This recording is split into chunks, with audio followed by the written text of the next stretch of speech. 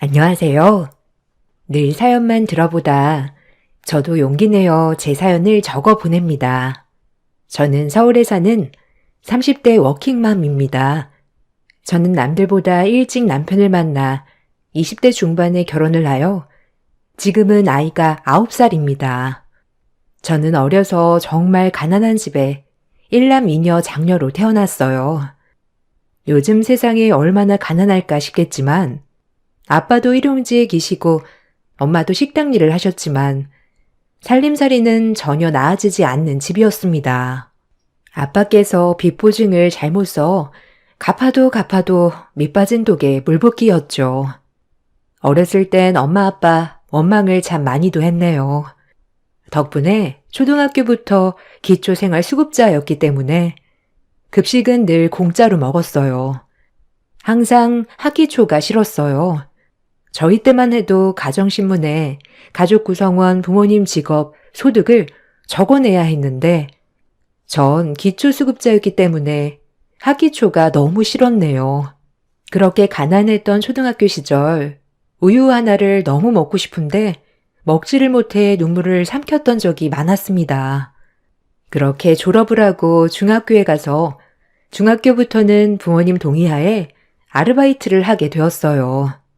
아르바이트라고 해봤자 음식점, 설거지, 패스트푸드점에서 햄버거 만들기 등등 정말 갖은 일은 다 했네요. 부모님은 이런 저에게 미안해했지만 조금이라도 제가 용돈을 벌어야 학교에서 필요한 준비물이라든지 수학여행비 등등 될 수 있었죠. 의무 교육인 중학교 생활이 끝이 나고 고등학교는 학비를 내야 했기 때문에 학교를 포기할 수밖에 없었죠. 남들은 당연히 가는 학교를 저는 집안 형편을 고려하여 포기할 수밖에 없었습니다.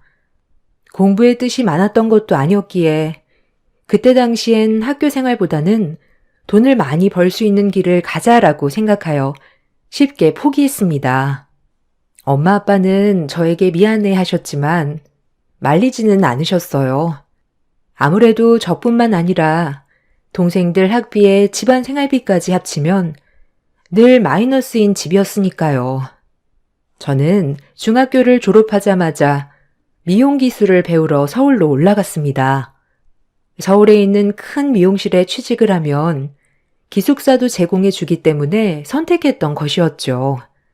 저는 그렇게 서울로 상경하게 되었어요. 아무것도 모르는 17살에게 서울살이는 만만치 않은 곳이었습니다. 어리다고 결코 봐주지 않는 세상이었죠. 저는 17살에 미용실 인턴으로 들어가서 산전수전을 다 겪었지만 집에 조금이라도 보탬이 될 수 있어서 참을 수 있었어요. 그렇게 2년 후 저는 디자이너로 진급하게 되었죠. 19살이란 이른 나이였지만 미용은 나이가 중요하지 않았기에 가능했어요. 제가 디자이너로 일하면서 그래도 많은 손님들이 와준 덕분에 형편은 더 나아졌습니다.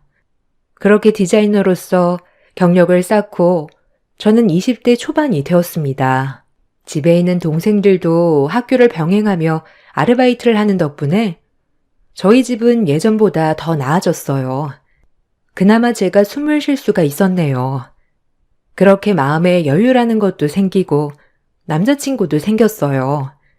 그 사람이 바로 지금의 남편입니다. 처음엔 손님으로 만났다가 자주 보다 보니 밥도 먹게 되고 자연스레 연인이 되었어요. 너무 행복한 하루하루였습니다. 일평생 챙김을 받아보지 못했었는데 처음으로 챙김이란 걸 받아봤었죠. 나이는 어렸지만 이 남자와 결혼을 하고 싶다라는 생각이 간절할 무렵 남자친구에게 프로포즈를 받게 되었네요. 남자친구 집안은 교수 집안이라고 하였습니다. 처음엔 겁이 덜컥 났죠. 그래서 그 얘기를 듣자마자 헤어짐을 고하게 되었어요. 왜냐면 앞날이 너무 뻔했으니까요. 아빠 엄마가 교수지. 내가 교수가 아니잖아. 난 그냥 평범한 회사원이야. 그게 내가 너랑 헤어질 이유가 되나? 오빠, 알잖아. 나는 배운 것도 없고 고등학교도 못 나왔어. 그런 나를 부모님께서 좋아하실까? 너무 앞날이 뻔하잖아. 내가 부모님은 설득할게. 너한테 상처 안 가도록 할게. 나만 믿어줘. 넌 그냥 내가 하자는 대로 따라오면 돼. 걱정하지 마. 남자친구는 자기만 믿고 따라오라고 했지만 그 길로 남자친구 어머님이 샵에 찾아오셨습니다. 아주 화가 난 채로 말이죠. 여기 김미애 씨라고 있나요? 김미애 씨 좀 뵙고 싶은데 좀 안내해 주실 수 있을까요? 아, 재훈이 엄마라고 전해주세요. 어머, 안녕하세요, 어머님. 김미애라고 합니다. 제가 먼저 인사를 드렸어야 했는데 이렇게 찾아오게 해서 죄송합니다. 제 말이 끝나갈 무렵 다짜고짜 어머님은 저에게 물을 뿌리셨어요. 그리고 화가 머리끝까지 난 채로 살벌하게 말씀하셨어요. 더 이상 길게 말 안 할게요. 연애하는 건 뭐 자유니까 상관 안 할게요. 우리 집 유서 깊은 집이에요. 어디 남의 머리나 만지는 주제에 이 집에 발을 들이려고 해? 정신 차리라고 알려주려고 온 거예요. 참고로 내 남편 나 그리고 재훈이 누나 그리고 재훈이 형까지 지금 교수예요. 재훈이 형은 박사과정 받고 있지만 이대로만 간다면 교수 임용은 문제 없고 재훈이만 평범한 회사원 같죠? 재훈이가 다니는 회사가 일반 회사 같아? 자그마치 삼성이야, 삼성. 우리 집 수준 알겠어? 어딜 감히 명함을 내밀어? 드라마에서 보던 일이 벌어졌습니다. 남자친구 어머님은 제가 생각한 그대로 절대 저를 허락해 줄 수 없고 단 연애는 해라 하지만 결혼은 안 된다 였습니다. 전 죄송하다는 말밖에 할 말이 없었어요. 그리고 남자친구에게 헤어짐을 고했습니다. 전 제 자신의 분수를 잘 알았기 때문에 시집갈 용기가 나지 않았죠. 불행인지 다행인지 남자친구는 제가 헤어짐을 고한 순간부터 식음을 전폐했기 때문에 결혼을 할 수 있었어요. 처음부터 저는 마음에 들지 않는 며느리였죠. 시부모님은 상견례장에서 저희 부모님을 대놓고 무시했습니다. 부모님은 저를 시집 보낼 때 정말 아무것도 해주실 수 없었기에 고개를 들지 못하였죠. 내가 진짜 결혼을 안 시키고 싶었는데 우리 막내 아들이 죽는다 뭐다 이래서 시키는 결혼이에요. 사돈네도 알아야 할 것 같아서 말씀드리네요. 내가 참 살다 우리 못해도 다 박사까지 밟았는데 며느리가 충졸이라니 내가 어디 가서 말도 못하고 참. 결혼은 최대한 간소하게 하는 걸로 하죠. 사람들도 많이 안 부르고 딱 가족끼리만 하는 걸로 해요. 괜찮으신가요? 아니, 괜찮아야지. 죄송합니다, 사돈. 저희 딸이 어려서부터 똑부러지고 공부도 잘했는데 부모 하나 잘못 만나서 일찍이 사회에 나가 돈을 벌어야 하느라 학교를 미처 못 다녔습니다. 저희 딸에 나무라지 마시고 못난 이 부모 탓을 해주세요. 저희가 면목 없습니다. 눈물이 나는 걸 정말 꾹 참았네요. 알면서 한 결혼이지만 그래도 능력 인정받고 밖에서는 누구에게 손가락받지 않고 일하는 딸인데 평생 고개 숙여 살았던 엄마 아빠가 상견례장에서도 저렇게 고개를 떨구니 마음이 많이 아팠습니다. 부모님에겐 잘 사는 모습을 보여드리는 게 최고의 선물인 것 같아 이악 물고 참고 버텼네요. 그리고 결심했습니다. 절대 당하고 살진 않을 거라고. 날 좋아해 주시진 않지만 함부로 대하지 못하게 할 거라고 마음속으로 다짐했어요. 그리고 결혼식이 되었어요. 저희는 시댁에서 간소한 결혼식을 원했기 때문에 정말 조촐하게 룸을 하나 빌려 가족들과 식사하는 자리로 결혼식을 대신했죠. 요즘엔 스몰 웨딩이라고 많이들 진행하지만 저는 정말 시댁에서 저를 어디 내놓기 부끄럽다며 작게 진행한 결혼이었어요. 그래도 결혼식 때는 어렸을 때부터 돈에 쪼들려 살던 과거에서 현재 저까지의 모습이 주마등처럼 지나가면서 많은 생각을 하게 되었어요. 그 가난했던 어린 시절의 김미애가 이제는 결혼을 하여 인생의 이막을 여는 순간이라니 제 스스로 뭉클했네요. 결혼을 하고 저희는 곧바로 분가를 하게 되었어요. 신랑의 강력한 의사표현도 있었고 저조차도 일을 해야 했기에 분가를 원했죠. 그리고 어머님이 저를 많이 보고 싶어 하지 않으셔서 시댁도 자주 가지 않게 되었죠. 일을 하며 아이를 낳고 바쁘게 살아갔습니다. 업계에선 꽤 유명한 디자이너가 되었고 학교 출강과 디자이너들 사이에서 교육도 도맡아 하는 흔히 이 분야에 관심만 가지면 누구나 알만한 디자이너가 되었습니다. 일을 하면 할수록 제 자존감도 많이 올라갔어요. 돈 때문에 하였던 일이었지만 저에겐 그 무엇보다 바꿀 수 없는 소중한 커리어가 되었어요. 아이를 낳고 시간이 지나 시댁에 왕래하는 일이 잦아졌어요. 문제는 시댁만 가면 제 자존감이 밑바닥에 떨어졌습니다. 어머님, 아버님, 누님과 아주버님은 제가 모르는 영어로 저를 꼭 농락하듯이 대화했죠. 드라마에서 보는 재벌가의 행포처럼 말이죠. 하지만 저도 보통 멘탈은 아니었기에 악착같이 영어 공부에 매진했습니다. 그리곤 그 대화에 낄 수 있었죠. 시부모님은 혀를 내둘렀습니다. 마음에 들지도 않았는데 독하기까지 했으니 늘 미움은 따놓은 당상이었어요. 어려서부터 오기, 도끼 빼면 시체였기에 꾹 참고 견뎌냈네요. 너 진짜 독하다. 영어 마스터 한 거니? 그 머리로 학교는 왜 때려쳤다니? 참나, 기가 막혀서. 오리대와 엿들으니 좋니?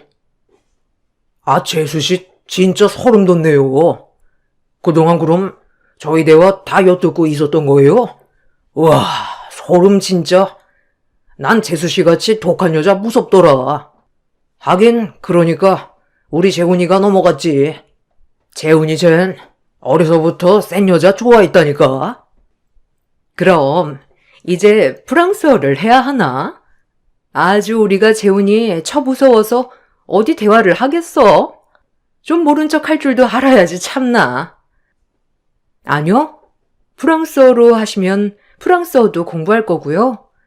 독일어로 하시면 독일어도 공부할 거예요. 저도 이 가족의 구성원이니까요.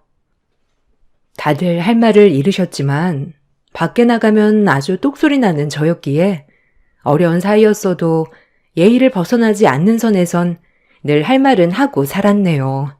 그래서 더더욱 시댁에서 미움을 샀어요. 저와 별개로 저희 딸은 시댁 식구들을 따랐기 때문에 종종 시댁에서 자고 놀고 오곤 했어요. 그래도 하나밖에 없는 손녀와 조카였기 때문에 제가 미움받는 것과는 다르게 딸아이를 예뻐해 주셨죠. 그런데 딸이 커갈수록 시댁에서 놀고 오면 시댁에서 있었던 모든 일들을 저에게 말해주기 시작했어요. 여자아이라 그런지 수다스러웠답니다. 저는 딸아이에게 시댁에서 놀고 온 얘기를 듣고 배꼽 잡고 웃는 날도 많았답니다. 말만 교수 집안이고 제 앞에서 그렇게 고상한 척 우아한 척 하지만 그들도 사람인지라 아버님과 어머님은 부부싸움이 늘 잦았으며 삼촌은 매일 통화하는 여자친구가 바뀌는 것 같다. 고모는 노처녀라 매일 선을 본다 등등 아주 재밌었어요. 약간 인간미가 느껴졌달까? 아직 딸아이가 어렸기에 듣는 말을 전부 다 전달하는 느낌이어서 저도 집에서 절대적으로 말조심을 해야겠다고 많이 느꼈네요. 그리고 시간이 흘러 저에게 대구력 사건이 펼쳐지네요. 시집 와서 지금까지 무시란 무시는 다 당하고 살았지만 아주버님이 결혼할 와이프분을 데리고 오면서부터 시어머님은 저를 못마땅해 하는 게 더 심해졌습니다. 아주버님이 결혼할 와이프분은 음대를 나와 박사 과정을 받고 음대 교수를 하고 있다고 했어요. 아주버님도 교수를 하고 있다 보니까 같은 학교에서 만나 결혼을 하게 되었던 것이죠. 교수 집안에 교수 며느리가 들어온다고 하니 집은 경사 그 자체였습니다. 저도 하나의 그냥 멋진 직업으로 봐주셨으면 좋았을 테지만 어머님 아버님께 저는 그냥 정말 마음에 안 든 학교 때려친 미용사 그 이상 그 이하도 아니었네요. 아유, 어서 와요. 우리 집은 처음이죠? 어쩜 이렇게 고울까? 음대 전공이라 그런지 우화가 철철 넘쳐 흘러. 나랑 재훈 아버지도 교수라 우리가 이 계통에 대해 잘 알잖아. 원래 사람은 말이 통해야 하는 법이거든. 우리 딸도 교수고 우리 막내 아들은 대기업 다녀요. 내가 이런 며느리를 정말 꿈꿔왔는데 이제라도 와줘서 너무 고마워요. 얼른 앉아요, 앉아. 네, 어머님, 말씀 편하게 하세요. 저도 이렇게 뵙게 되어서 영광입니다. 현식 씨한테 말씀 많이 들었어요. 인상이 너무 좋으셔요. 형님도 이 집 어른들과 약속이나 한 듯이 저를 그냥 지나치더군요. 아무래도 아주버님에게 제 얘기를 들은 것 같았습니다. 그래서 저 또한 참 그나물의 그 밥들이다 라고 생각했네요. 집에서 식사를 하며 대화는 무르익어갔고 어머님 아버님 깔깔거리며 얘기하는 걸 너무 오랜만에 배워서 기분은 좋았네요. 하지만 저를 은근 무시하는 태도는 변하지 않았지만요. 역시 집안에 격이 맞는 사람이 들어오니 화기애애하고 분위기가 참 좋아. 이래서 옛 어른들이 격식을 따지는 거야. 그러니깐요. 저도 현식 씨한테 얘기 들은 대로 어머님 아버님과 말이 너무 잘 통하는걸요? 전 아이를 낳아도 교육자로 키우고 싶어요. 아무래도 교육자 집안은 교육자가 나오고 의사 집안은 의사가 나오듯이 구색이 맞춰줘야 하지 않겠어요? 역시 네가 말이 통하는구나. 이래서 정말 다르다니까. 내가 또 한 번 느낀다. 안 그러니? 교수 며느리라니. 이게 우리 집이지. 그들끼리 짜고 치는 장단을 보고 있자니 부글부글 끓었지만 대꾸하지 않았네요.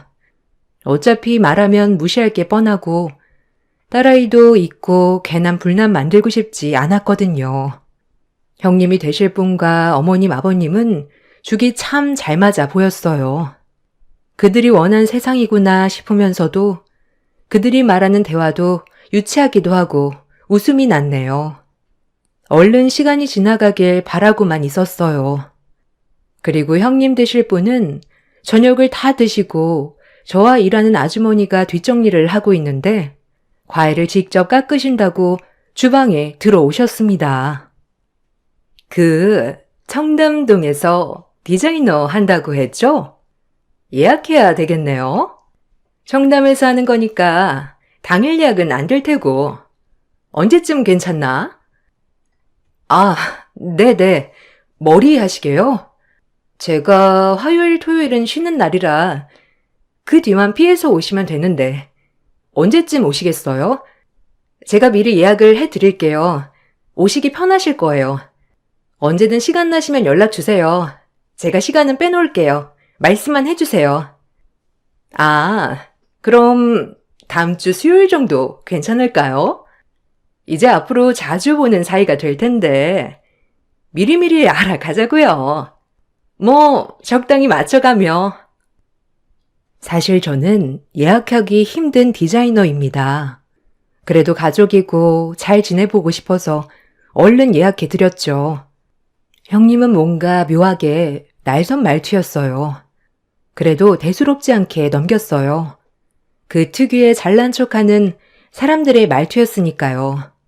너무 익숙해서 그거의 하나라고 생각했네요. 과일을 먹을 때도 저에게 눈길 한번 안 주던 예비 형님과 시댁 식구들이었어요. 어머님의 처음 보는 눈빛과 말투에 두 번, 세 번 놀랐네요.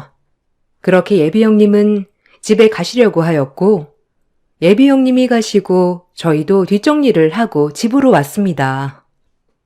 그래도 우리 형이 장가를 가다니 참 놀랄 일이다. 절대 결혼은 안 할 줄 알았는데 그래도 짝이 있는 것 같아 신기해. 그러게. 아주버님은 즐기는 거 워낙 좋아하시는 분이니 결혼은 더 늦게 하실 줄 알았는데 생각보다 빨리 결혼하시네. 저희 아주버님은 제 입으로 말하기 좀 그렇지만 엄청난 바람둥이거든요. 여자친구들도 많이 바뀌고 눈도 높아 결혼은 정말 늦게나 하실 줄 알았는데 생각보다 빨리 결혼할 여자를 데리고 와서 놀랬어요. 바람둥이라는 사실도 딸아이 입을 통해 알았죠. 매일 통화하는 이모들이 바뀐다부터 한 번은 삼촌이랑 놀러 나갔다고 바뀐 이모들도 많이 봤다고 하네요. 직업도 교수이고 얼굴도 훈훈하셨기 때문에 여자들이 따르는 건 당연한 일이었죠. 그렇게 시댁 모임을 뒤로한 채 시간이 흘렀어요. 어느덧 예비 형님이 머리를 하러 오신다는 날이 다가왔죠. 은근 스트레스였습니다. 그때 잠깐 보니 어머님과 비슷한 성향을 가지고 계셨던 터라 조금 피곤했거든요. 그래도 가족이 될 사이였기에 최대한 티내지 말자 했네요. 형님이 오시고 방문하실 때부터 역시 형님이 형님 했습니다. 결혼한 지 이제 7년이 되었기에 시댁 분위기도 나름 적응했다고 생각했는데 형님까지 합세한다고 생각하니 머리가 아파왔지요. 처음 오자마자 형님은 저희 직원을 하대하며 바로 분위기를 망쳤습니다. 여기 가방 좀 받아줘. 오늘 김미애 부원장한테 나왔다고 전해줘요. 아, 정신없어. 바쁘네 샵이. 조용조용 할 줄 알았는데. 혹시 2시에 예약하신 윤채린 씨 맞으세요? 부원장님 안내해 드릴게요. 이쪽으로 오실게요. 여기 가운 입으시고요. 스텝에게 반말을 섞어가며 하대를 하는 꼴이라니 정말 제가 더 숨고 싶었습니다. 지인이라고 했기에 더 창피했네요. 아, 오셨어요? 이쪽으로 앉으실게요. 오늘 어떤 스타일로 해드릴까요? 형님은 숱도 많아서 레이어드 컷하고 펌하면 예쁘실 것 같은데? 아, 뭐, 그렇게 해줘요. 말 놔도 되죠? 어차피 손아래 동서들 사이인데 뭘 안 그래요? 그럼 미애 씨 말대로 머리 해줘. 네, 그럼요. 예쁘게 해드릴게요. 여기 샴푸 좀 먼저 할 거라서 샴푸실로 가실게요. 윤성님, 여기 샴푸 좀 해주세요. 아, 나 다른 사람이 내 머리 만지는 거 싫은데. 미애 씨가 그냥 샴푸부터 다 해주면 안 돼? 나 미애 씨한테만 받을래. 조금 까다롭고 민망했지만 손님이 원하는 거니 제가 처음부터 끝까지 다 해드렸어요. 예비 형님은 머리 하는 내내 본인이 어려서부터 유학 시절 얘기부터 시작해서 교수가 되기 직전까지 살아온 얘기를 처음부터 끝까지 하기 시작했습니다.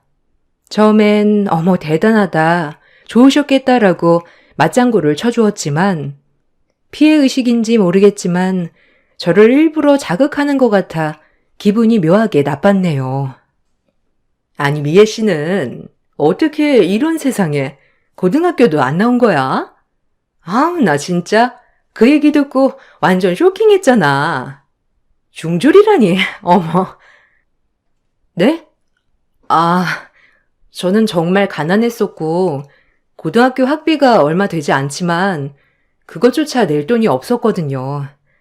저한텐 아픈 얘기죠. 어머, 그랬구나. 그래서 뷰티 쪽으로 이렇게 시작한 거야? 그래도 잘 되지 뭐. 중졸이 청담동에서 보안장 하는데. 손님들은 모르지? 아마 여기는 손님들이 들으면 막상 갈릴걸? 여기 여자들 얼마나 콧대 높아. 그래도 학력 중요시 여긴다고. 아, 네, 뭐, 굳이 말할 필요 없어서 얘기 안 했을 때도 있고, 뭐 친해진 고객님이면 오픈할 때도 있고요. 전 열심히 살아온 게 창피하진 않거든요. 제가 친구를 괴롭혀서 학교에서 쫓겨난 것도 아니고 학교를 다닐 형편이 안 돼서 그런 거니까. 지금은 제 삶에 만족해요. 조금 더 여유 있었으면 좋았을 테지만 그래도 지금의 저는 제가 봐도 너무 멋진 것 같아서요. 예씨, 그거 진짜 몰라서 하는 얘기다. 그래도 대학교까진 나와야 돼, 이 세상은. 나중에 자기 딸이 학교 가면 엄마 학력 가지고 놀리는 세상인데 아직은 보수적이라니까. 자기 위해서 하는 얘기니까 너무 기분 나쁘게 듣지 말고, 알겠지? 우리 이제 가족이잖아. 이렇게 저희 시댁엔 정말 저를 무시하는 사람 한 명이 더 늘어났습니다. 오늘 확실히 느꼈네요. 학력 가지고 정말 사람 가리는구나. 오늘도 내가 네 위에 있다는 것을 과시하고 싶어서 온 거구나. 결혼하기 전 기선 제압하러 왔구나 등등 별의별 생각이 다 들었죠. 그렇게 머리를 끝마치고 형님이 돌아간 뒤 멘탈이 많이 강해졌다고 생각했는데 그날 참 많이 울었네요. 혹시라도 딸이 날 창피하면 어쩌지. 나중에라도 엄마 원망하면 어쩌지. 난 열심히 살아온 쟤밖에 없는데 라고 생각하며 펑펑 울었네요. 그리고 고등학교 검정고시 준비를 했죠. 원래도 할 생각이었지만 딸이 더 크기 전에 엄마로서 당당해지고 싶어 준비하게 되었어요. 일과 학업을 병행하는 게 쉬운 게 아니었지만 그래도 딸아이를 보면 힘을 낼 수 있었던 것 같아요. 그렇게 학업과 일에 치여 정신없이 지낼 즈음 본격적인 아주버님의 결혼 준비가 들어갔습니다. 저랑 결혼할 때랑은 다르게 아주버님은 초호화로 결혼식을 하는 것 같았어요. 둘째 아들 식을 제대로 못 올렸으니 아버님 어머님도 이번 결혼식에 기대가 굉장히 크셨어요. 어디 내놔도 부끄럽지 않은 며느리를 드렸으니 주변 사람들에게도 알리고 7년 만에 제일 기뻐하시는 모습이었습니다. 그런데 좋은 일을 앞두고 상견례를 준비하던 중 예비 형님과 가족들은 말도 안 되는 투표를 하는 것이었습니다. 정말 손발이 떨렸죠. 이제 큰애도 우리 가족이고 결혼도 앞두고 있으니 내가 불렀다. 이제 곧 큰애랑 상견례를 해야 하는데 어쩌려고 저 충조를 우리 둘째 며느리라고 상견례에 데려간다니. 솔직하게 말하면 내 인생의 수치라 안 데려갔음 싶구나. 사돈어른들이 우리 집을 뭐라고 생각할 거야? 생각만 해도 끔찍하구나. 내 의견은 이런데 다들 의견을 말해보렴. 난 일단 안 데려가고 싶다. 곤란하지 그럼. 사돈어른 댁들도 명망이 높은 집안인데 우리 집에 중졸 며느리가 있는 걸 알면 얼마나 낮게 보겠냐? 아 진짜 해도 너무한 거 아니에요? 지금 미애가 한 달에 얼마 버는 주나 알고 그러는 거예요? 미애는 혼자 맨몸으로 여기까지 올라온 애예요. 학력이 중요한 게 아니라 어떻게 살아왔는지가 더 중요한 거 아니냐고요. 아 진짜 엄마 아빠 그동안 미애가 최대한 분란 만들지 말라고 해서 참았는데 내 부모인 게 창피하네요. 이러신 분들이었어요? 사람 앉혀놓고 뭐 하는 겁니까? 정말 너무하시네요. 그냥 제가 가지 않으면 되는 거 아닌가요? 어떻게 사람을 앉혀놓고 바보 취급을 하실 수 있으세요? 아니 재수씨, 너무 감정적으로만 생각하지 마시고요. 아마 재수씨는 저희 같은 레벨들을 이해 못하겠지만 이 세계는 명이라는 게 있어요. 좀 이해해 주셨으면 좋겠네요. 재수씨가 재수씨 레벨에 맞는 사람을 만났더라면 못 느꼈을 테지만 그래도 이런 집에 시집 온 이상 겪어야 하겠죠.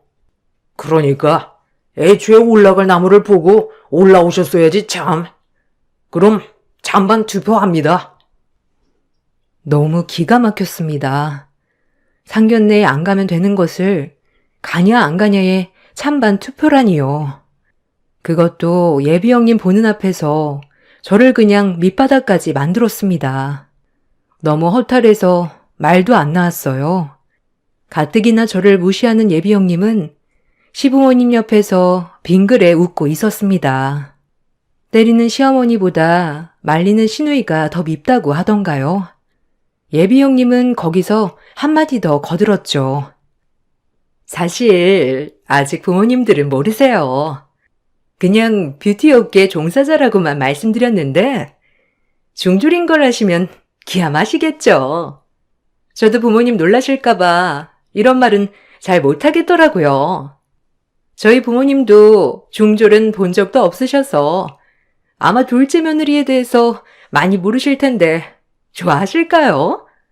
솔직하게 말씀드려야 맞는 건지 저도 잘 모르겠네요. 어머님, 너무 곤란해요. 그러겠지. 네 마음 다 안다. 얼마나 놀라실 거야. 에휴, 정말 저 골칫덩어리. 자, 그럼 둘째 내가 상견례에 가야 된다. 한번 손 들어보고 아니면 그냥 안 갔으면 좋겠다 하시면 손 내리는 걸로 합시다. 둘째는 그냥 이 의견 따르거라. 토달지 말고. 저와 남편은 참가하지 않았고 모든 가족들은 반대를 했습니다. 참으로 허탈했죠. 명문가에 숨겨진 며느리라 드라마에서만 보던 일들이 늘 제게 일어나는 것 같아 정말 씁쓸했네요. 그리곤 정말 서럽게 눈물이 하염없이 쏟아졌어요. 그때 아주버님의 핸드폰을 가지고 놀던 딸이 핸드폰을 들고 와 입을 열었습니다. 딸 한마디에 집안은 전체가 아수라장이 되었죠. 평소에도 얘기하기를 좋아하는 딸이었는데 가족들을 온 가운데 집중시키고 이렇게 말을 이어나갔습니다. 삼촌, 문자 왔어. 나 오빠 애 임신했다니까? 왜 이렇게 답장이 없는 거야? 나 진짜 그 집으로 쳐들어간다? 에? 이게 뭐야, 삼촌? 나 그럼 동생 생기는 거야? 아, 신난다. 여자 동생이었으면 좋겠는데. 엄마, 유진이가 입던 옷 다 물려주자. 딸의 말 한마디에 살얼음 얼어붙듯이 조용했죠. 그러곤 아주버님은 딸이 들고 있던 핸드폰을 낚아채 얼른 전원을 꺼버렸죠. 얘 현식아. 이게 다 무슨 말이냐? 스팸 문자지? 아니, 체리가 읽은 게 지금 다른 거 읽은 거지? 아, 뭐라고 말 좀 해봐라. 아니에요. 체리가 읽은 거 잘못 읽은 거예요. 아, 오해요. 자기야, 오해야. 나 믿지? 참나, 체리도 뭘 그런 걸. 그래, 우리 현식이가 그럴 리가 없지. 체리가 잘못 본 게지. 아휴, 머리가 아프구나. 오늘은 이만하고 다음에 얘기하도록 하자. 무슨 소리야? 그 문자 나 보여줘. 뭐? 애를 가져? 떳떳하면 바로 문자 보여달라니까. 왜 숨기는 거야? 얼른 핸드폰 안 내놔? 집은 난리가 났습니다. 어머님은 울고불고 무슨 일이냐고 악을 쓰고 예비 형님 된 사람은 핸드폰을 빼서 감시 들어갔죠. 그 옆에 아주버님은 옴짝달싹 못하는 신세가 되었네요. 아버님은 이 광경을 보시곤 방으로 들어가 버리셨습니다. 딸아이 혼자만 어리둥절해해서는 하던 인형놀이를 마저 하는데 전속으로 웃음이 터져 죽을 뻔했네요. 울다가 웃으면 안 된다던데 웃음을 참을 수가 없었네요. 그리고 이 기회를 틈타 절 무시했던 사람들을 향해 어퍼컷을 날려주었죠. 아마 제 인생 다시 안 올 복수였죠. 어머, 아주버님. 혹시 그때 그분 아니에요? 아닌가? 아, 왜 저번에 만났던 분인가? 누구지? 아, 최근에 만난다던 여대생? 아, 재수씨, 지금 무슨 소리를 하는 거예요? 말도 안 되는 소리를 하고 있어? 됐고요. 야, 윤재현, 체리 데리고 빨리 니네 집에 가. 어디 저게? 말도 안 되는 소리를 찌꺼리고 있어. 아주 배운 데 없다더니? 어디서 입을 놀려? 네가 감히 누구 신세를 망치려고? 어머님이 악다구니를 쓰며 분에 못 이겨 하시는데 진짜 유쾌상쾌 통쾌했네요. 전 이 기회에 시댁과 손절 생각으로 계속 이어나갔죠. 아니 맞잖아요. 아주버님 여자 바뀐 거 한두 번도 아닌데 뭐. 에이, 결혼할 사람이면 알 건 알아야 되죠 뭐. 부부 사이에 비밀이 어딨어. 안 그래요 형님? 형님은 고상하시니 의심 이런 거 안 하실 건데요 뭐. 그래도 결혼 전에 바람은 잡아야 돼요 형님. 같은 여자니까 말해주는 거예요. 알겠죠? 우리 형님이 공부만 하셔서 이런 건 또 잘 모르실까봐 제가 코치해 드리는 거예요. 형님은 아주버님을 세차게 노려보며 뺨을 날렸습니다. 그리고 울고불고 악을 썼죠. 이 모습을 보고 있자니 너무 고소했어요. 파오네.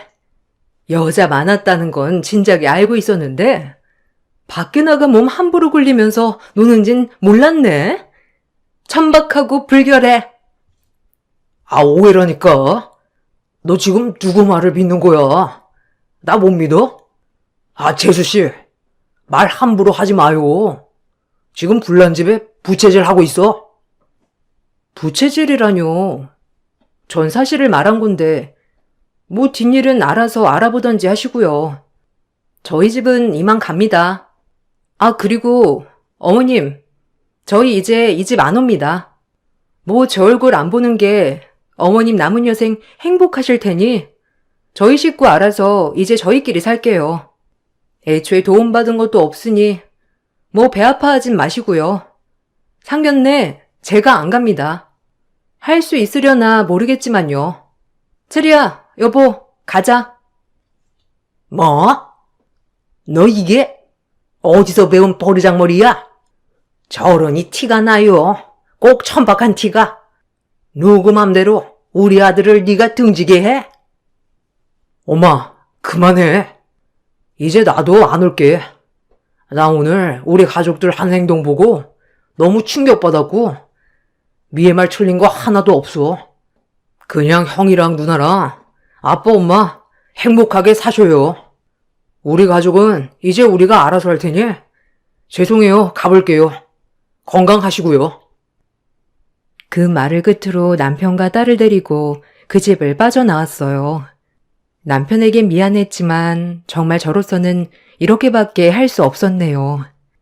그로부터 며칠 후 들려온 소식으로는 아주버님네는 완전히 파혼을 했고 형님이 위자료 청구 소송까지 했다고 하더군요.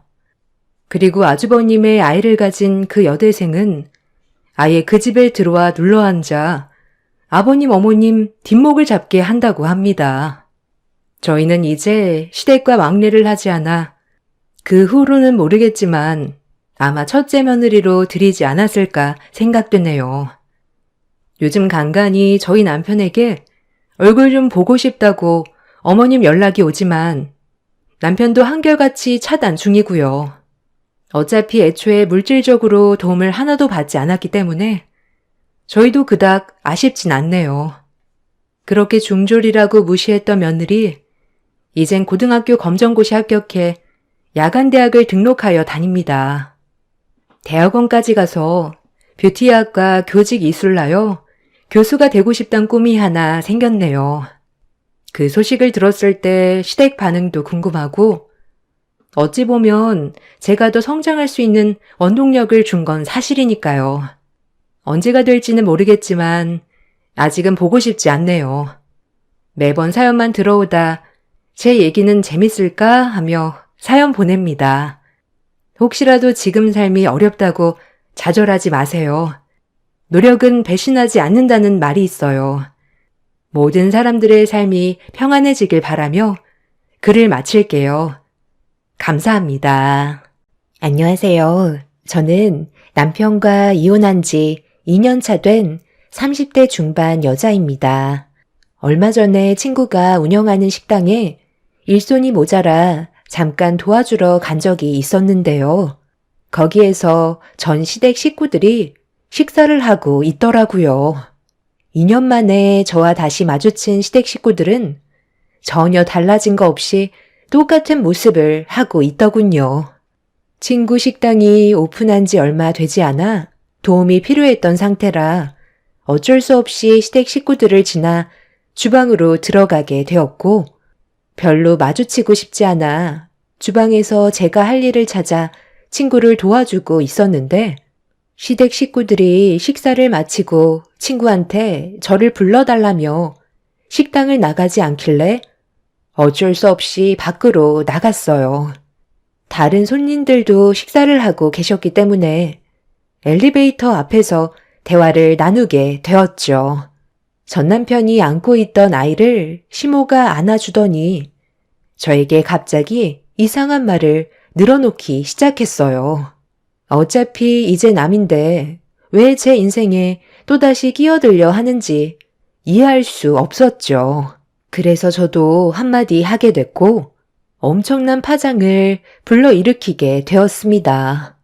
2년 전에 남편이 저 말고 다른 여자와 만나고 있다는 걸 알게 됐을 때 하늘이 무너져 내리는 것 같았어요.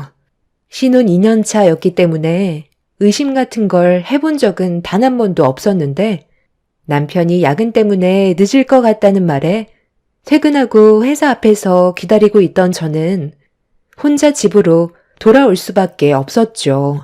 이런 일이 한두 번이 아니었기 때문에 크게 신경 쓰지 않았어요. 늦어봐야 항상 12시 전에 들어왔었고 크게 신경 쓸 만한 일은 없었습니다. 그렇게 차를 돌려 집으로 돌아가려는데 친구한테 전화가 왔어요. 약속 없으면 저녁이나 같이 먹자는 얘기였죠. 어차피 남편도 야근을 하기 때문에 혼자 집에 들어가 밥 먹는 것도 싫었던 저는 친구와 저녁 약속을 잡게 되었습니다.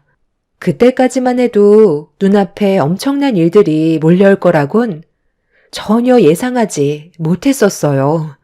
친구와 저녁 겸 술 한잔 하기 위해 분위기 좋은 식당에 들어가 대화를 나누면서 허기진 배를 채우고 있었죠. 그런데 시간이 어느 정도 지났을 때 어디서 많이 들어본 목소리가 제 귀에 들려오길래 저도 모르게 그쪽으로 고개가 돌아갔는데 제 눈앞에 펼쳐진 광경을 보게 되는 순간 너무 놀라 몸을 돌려버리고 말았어요. 마주보며 앉아있던 친구는 제가 이상한 행동을 하는 모습에 당황해하면서 왜 그러는지 물어보길래 손가락으로 반대편 테이블에 앉아있는 남편을 가리켰습니다. 친구도 남편을 몇 번 봤었기 때문에 단번에 얼굴을 알아보았고 충격적인 광경에 친구 또한 입을 다물지 못했어요.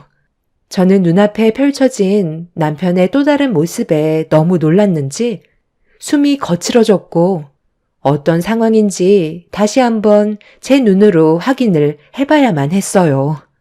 천천히 고개를 돌려 남편의 모습을 보는 순간 너무 큰 충격을 받았는지 손발이 덜덜 떨리고 있었죠. 친구는 남편이 바람 피우고 있는 모습을 핸드폰에 그대로 담기 시작했고 저는 그 모습을 두 눈으로 담고 있었어요. 처음 본 여자와 남편이 서로 얼굴을 마주하고 있는데 테이블 위에 올려진 두 손을 서로 어루만지면서 뭐가 그리 좋은지 웃고 떠들며 대화를 주고받고 있었습니다. 저와 친구는 남편과 처음 본 여자가 자리에서 일어날 때까지 몸을 숨긴 채 모든 광경을 두 눈으로 전부 다 담았고 어느 정도 시간이 지나자 남편과 여자가 자리에서 일어나길래 저도 그 뒤를 조심스럽게 따라갔습니다. 그리고 식사를 끝낸 뒤 헤어지는 게 아닌 근처 호텔로 향하더라고요. 저는 이미 정신이 반쯤 나가 있던 상태라 아무것도 할 수 없었지만 친구가 모든 걸 핸드폰에 영상으로 다 담고 있었죠. 그렇게 호텔까지 들어가는 모습을 끝으로 그 뒤를 따라가던 저와 친구의 걸음은 멈췄습니다. 도저히 참기 힘들었던 저는 결국 주저앉아 눈물을 흘렸고 친구는 당장 호텔로 들어가 머리채 잡아 끌고 나와야 하는 거 아니냐며 분노한 모습을 보여주고 있었죠. 이미 호텔로 들어갔는데 더 이상 제 두 눈을 더럽히고 싶지 않았어요. 그렇게 친구의 부축을 받으면서 집으로 돌아온 저는 남편이 오기까지 기다리고 있었습니다. 저에게 바람 피우고 있다는 걸 걸리지 않으려고 12시가 넘어가기 전에 들어온 남편은 현관문을 열자마자 밝은 얼굴과 함께 평소 저를 대했던 모습으로 다가오고 있었죠. 많이 기다렸지? 당신이 걱정할까봐 최대한 빨리 일 처리하고 왔는데 12시가 넘어버렸네. 얼굴이 많이 안 좋아 보이는데 피곤하면 먼저 눕지 그랬어. 내가 너무 늦게 와서 그래? 회사 일이니까 어쩔 수 없잖아. 당신 기분이 별로 안 좋아 보이는데 술 한잔 할까? 많이 피곤해도 같이 시간 보낼 수 있는 체력은 아직 남아 있다고. 그렇게 힘쓰고 들어왔는데도 아직까지 체력이 남아 있나 봐.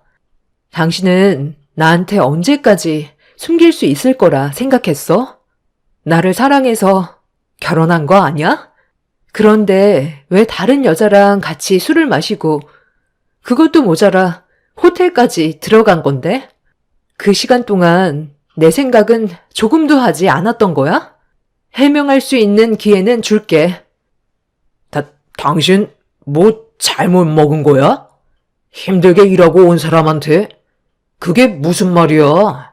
내가 여자를 만나 술 마시고 호텔까지 갔다고? 다른 사람과 착각한 거 아니고? 내가 이렇게까지 얘기했으면 좀 솔직해지면 안 돼? 이런 걸 보여줘야 진실을 얘기할 거야? 아까 친구랑 같이 저녁을 먹고 있었는데 그 식당에 당신이 어떤 여자랑 들어왔잖아. 나는 그 모습을 보고 너무 충격받아서 아무것도 할 수가 없었는데 옆에 있던 친구가 당신이 바람 피우고 있는 모습을 전부 찍어주고 있었다고. 그리고 이거 봐봐. 둘이 지금 어디를 들어가고 있어? 호텔까지 들어갔으면 그걸로 끝난 거 아니야? 이런데도 나한테 계속 거짓말 할래? 당신이 생각하는 그런 거 아니야. 같은 회사 사람인데 야근 끝나고 술 한잔 했던 것 뿐이고 술이 너무 취해서 집에 들어가기 힘들 것 같아 호텔에서 쉬게 해준 것 뿐이라고. 지금 내 말을 못 믿는 거야? 나는 정말 억울하다니까. 충분히 오해할 만한 장면들이긴 한데 내 모든 걸 걸고 아무 일도 없었어. 아까 식당에 같이 있었으면 아는 척이라도 하지 그랬어. 괜히 오해만 커졌잖아. 그래서 표정이 안 좋았던 거야. 어떤 상황이었는지 다 해명했으니까 이제 좀 풀렸지? 한번 거짓말하기 시작하면 끝도 없다더니 당신은 어떻게 표정 하나 안 바뀌고 나한테 거짓말을 할 수가 있어? 아무 일도 없었다고? 그럼 이건 어떻게 증명할 건데?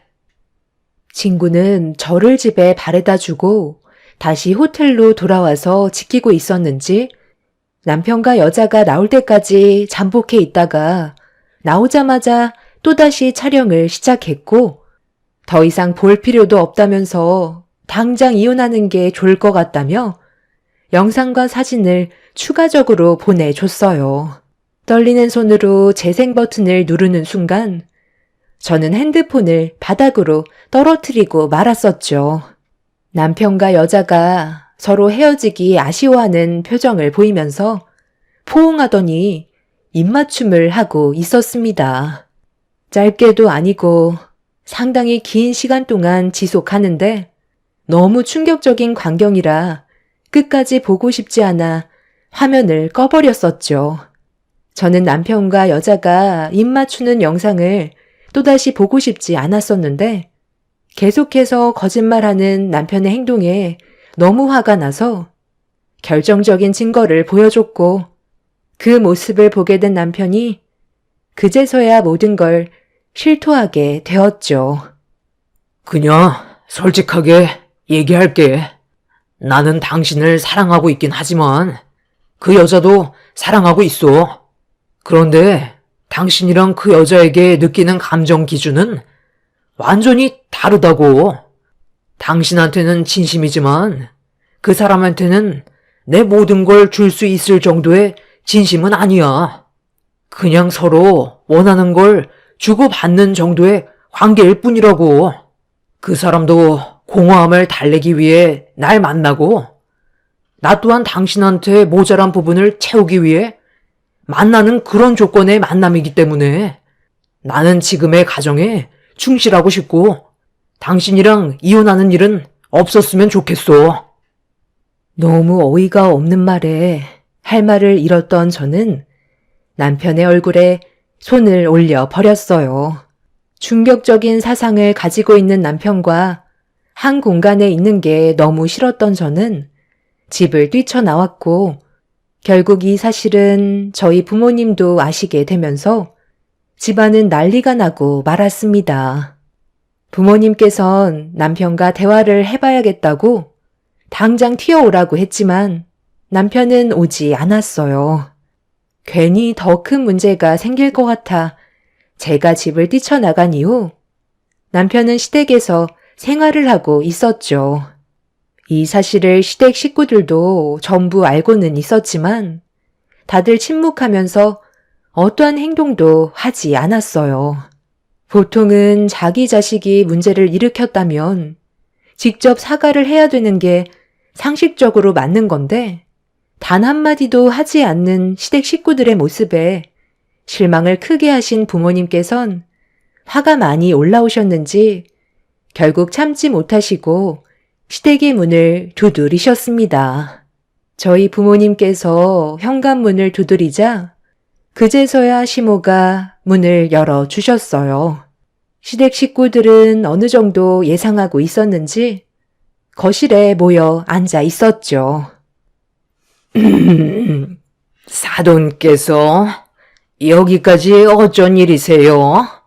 저희한테 무슨 할 말이라도 있으신가 봐요? 저희는 딱히 할 말이 없는 것 같은데 불편한 분위기는 별로 안 좋아해서요. 다 알고 계시면서 모른 척 하실 건가요? 권서방이 지금 제 딸을 놔두고 다른 여자와 바람이 났는데 왜 아무 말도 하지 않고 있는 거죠? 사돈께서도 권서방이 잘못했다는 걸 알고 계시잖아요.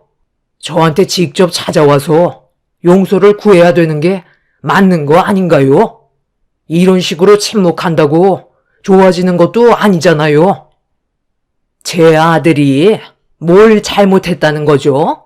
한창 혈기왕성한 나이에 회포 좀 풀겠다는 건데 그 정도는 그냥 눈 감아줄 수 있는 거잖아요.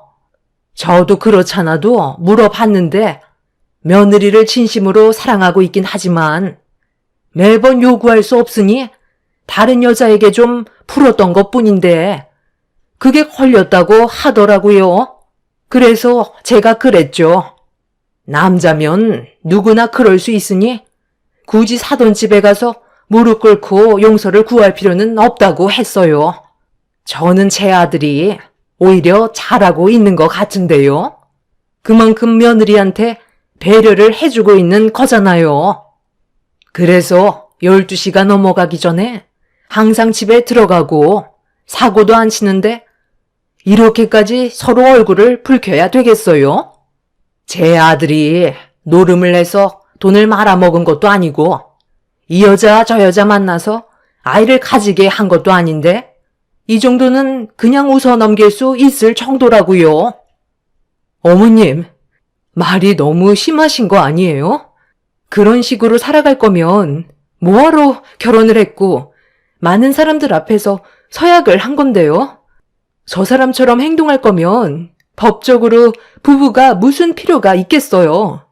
노름 안 하고 바람 피운 여자가 임신만 안 하면 그걸로 끝인 거예요? 법적으로 전혀 문제가 없어 보이냐고요. 저는 절대로 그냥 넘어가지 않을 거예요. 사과를 받을 수 있을 거라곤 전혀 기대하진 않았지만 이런 식으로 나오실 거라곤 상상조차 못했네요. 법적으로 처리하면 되는 거죠? 내 동생이 다른 여자를 만났어도 가정에 충실했으면 된 거 아니에요? 그러는 재수 씨는 뭐가 그렇게 잘나서 내 동생한테 큰소리 치는 건데요? 아이도 가질 수 없는 몸이라고 들었는데 이런 거 저희 집안에서 감수하고 받아들여 줬으면 재수 씨도 일을 크게 만들지 말고 안에서 해결을 했어야죠. 그러고 보니 너 아예 임신을 할 수 없는 몸이라고 하지 않았니? 그럼 나는 아예 손주도 안아볼 수 없는 거잖아.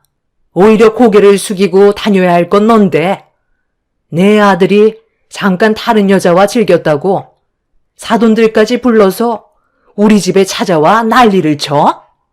하자가 있는 몸인데도 며느리로 받아들여줬으면 감사하게 생각해야지. 어디서 큰 소리야? 그동안 내가 손주를 안아볼 수 없다는 말에 얼마나 마음고생이 심했는지 아니? 오히려 사돈께서 저희 집안에 고개를 숙여야 된다고요. 고칠 수 없는 하자인 불량품을 넘겨주셨으면서 지금 어디서 큰 소리야? 더 이상 태아할 가치도 없어 보이니까 당장 나가세요. 저는 선천적으로 아이를 가질 수 없는 몸이었어요. 원래 남편과 결혼을 하자마자 아이를 가질 생각이었지만 임신이 되지가 않아서 산부인과를 찾아가 봤는데 의사는 선천적 불임이라는 판정을 내렸었죠. 그날 이후 저희 부부는 엄청난 충격을 받았지만 이 소식을 접하게 된 시댁 집안 식구들은 저를 바라보는 시선이 좋지는 않았어요. 특히 시모가 사기 결혼이라며 당장 이혼시켜야 된다고 난리를 친 적이 있었습니다. 저도 정말 마음이 아팠고 앞으로 저를 닮은 아이를 가질 수 없다는 게 너무 슬펐었는데 이런 제 마음을 알아주시는 것보다 시모는 저에게 지속적으로 상처를 주셨었죠. 그런데도 저는 오히려 시모에게 더 잘하려고 노력했었고 며느리로서 최선을 다하며 살아왔었어요. 그런데 남편은 이런 아픔이 있는 저에게 더 큰 상처를 주었고 더 이상 함께할 수 없다는 걸 알게 됐을 때 믿었던 사람에 대한 배신은 모든 걸 무너뜨리게 만들었어요. 결국 남편과 저는 이혼을 하게 되었고 법적으로 저희가 받았던 상처에 대한 위자료를 받아낼 수 있었습니다. 그리고 남편과 만났던 상간녀에게도 소송을 걸어 위자료를 받아내었죠. 남편과의 짧은 결혼 생활은 제 인생의 기억에서 지워버리고 싶은 날들이었어요. 그렇게 이혼을 하게 된 지 어느새 2년의 시간이 흘렀고 열심히 살아가고 있는데 또다시 제 눈앞에 전 시댁 식구들이 나타나게 될 줄 꿈에도 몰랐었죠.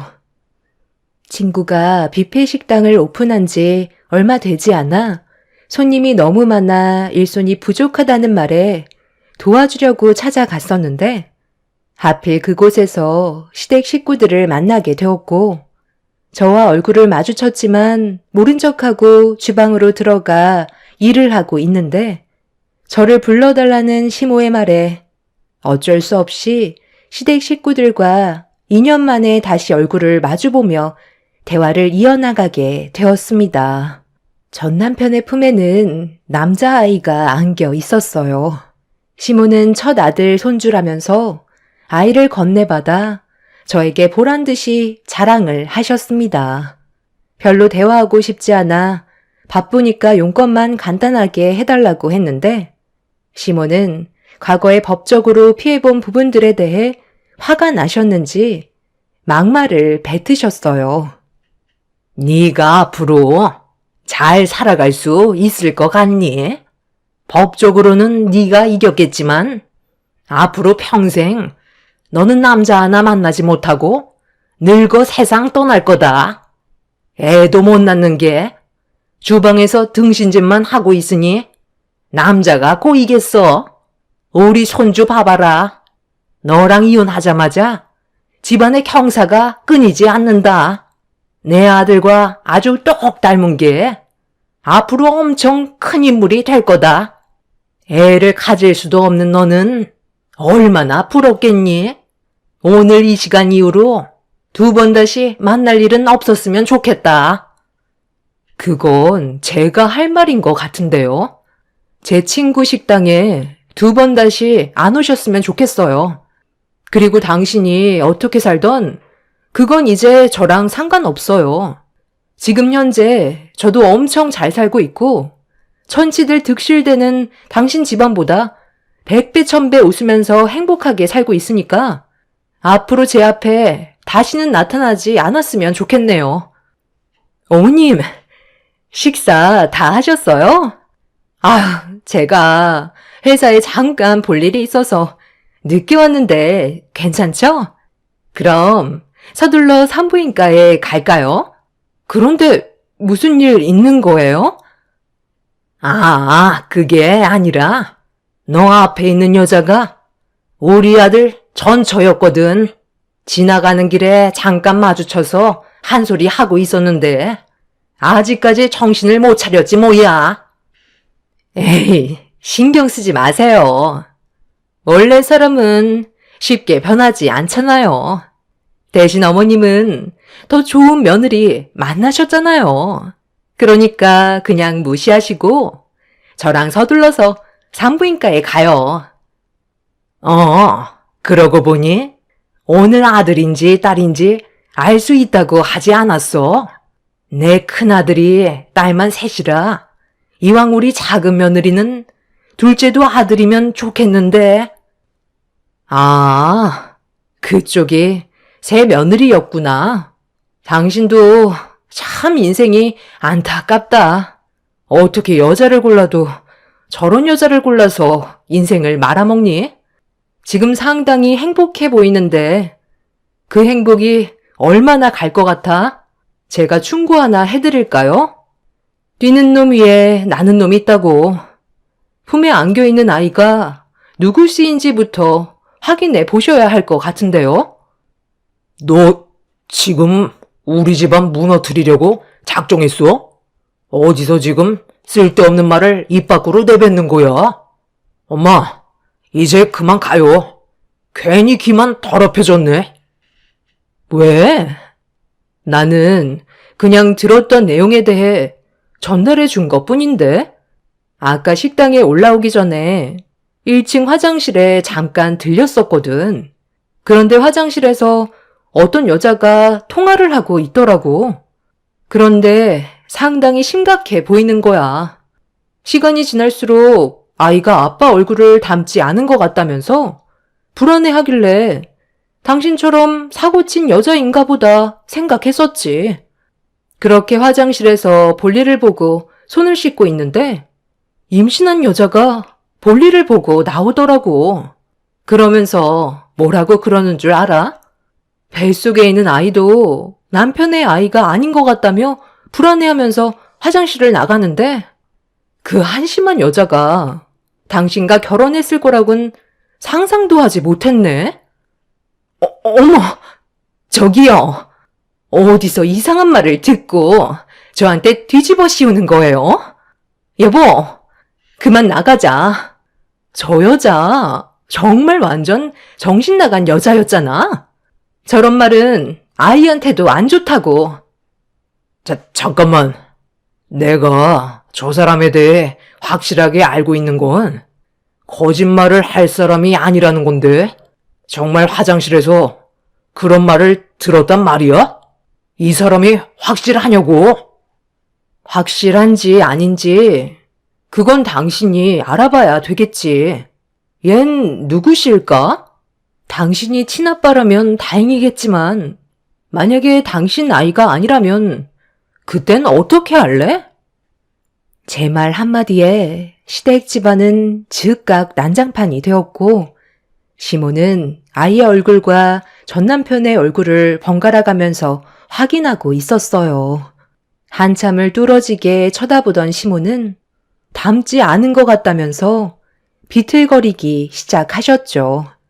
볼일이 끝난 저는 뒤돌아 식당 안으로 들어가려 하는데 전 남편이랑 결혼한 여자가 갑자기 제 머리채를 잡으면서 어디서 거짓말이냐고 앞뒤로 흔들어댔고 한바탕 소동이 일어나자 친구가 나와서 저를 도와 그 여자를 떨어뜨려 놓았어요.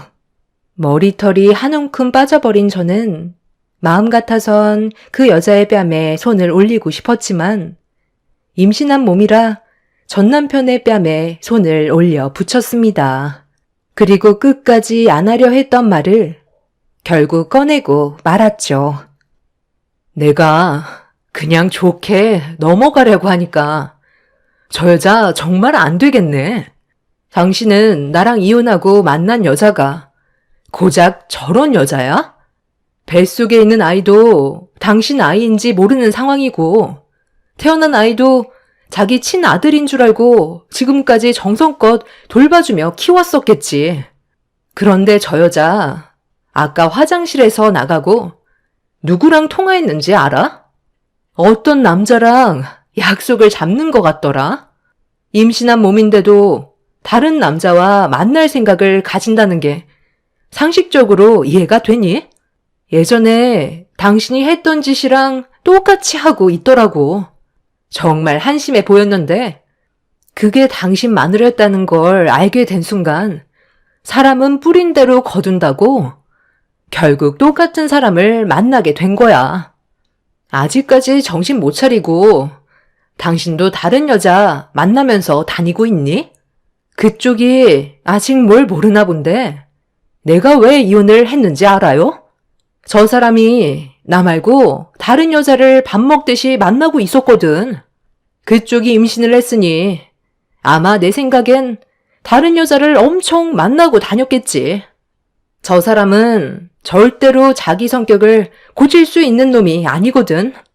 아마 이미 수많은 여자들 중에 다른 씨가 태어났을 수도 있는 거고 아니면 그쪽처럼 임신을 했을 수도 있겠네. 둘이서 아주 끼리끼리 잘 만났는데 오래오래 행복하게들 살아봐. 뭐라고?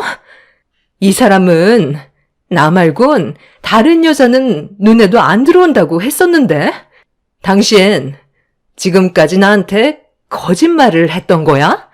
그럼 어제 야근한다고 했을 때 그때도 다른 여자를 만나고 있었던 거네? 왜 대답을 못하는데? 빨리 말해보라고. 결혼 생활 동안 나 말고 다른 여자를 만난 적이 있었던 거야? 네가 뭔데 나한테 지금 큰 소리를 치는 거야? 태어난 아이도 누구 아이인지 모르고 뱃속에 있는 아이도 내 아이가 아니라면 너야말로 나 말고 그동안 다른 남자를 만나고 있었던 거 아니야? 나보다 네가 더 쓰레기 같은데? 유전자 검사해봐서 내 친아들이 아니면 당장 소송 걸 테니까 각오하는 게 좋을 거야. 시몬은 넋이 나간 얼굴로 전 남편 품에 안겨있는 아이를 뚫어지게 쳐다보고 있었어요.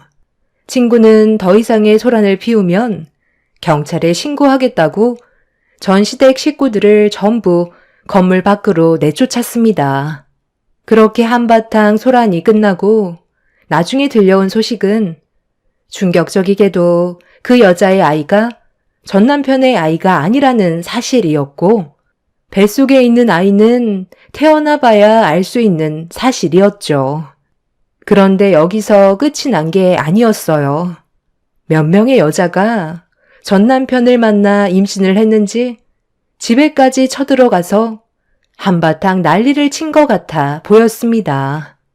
순식간에 집안 전체가 쑥대밭이 되어 버렸고 전시모는 감당할 수 없는 충격에 결국 혈압이 올라 뇌출혈이 진행이 되었고 병원에서 치료를 받고 있는 중이라는 소식을 접할 수 있었습니다.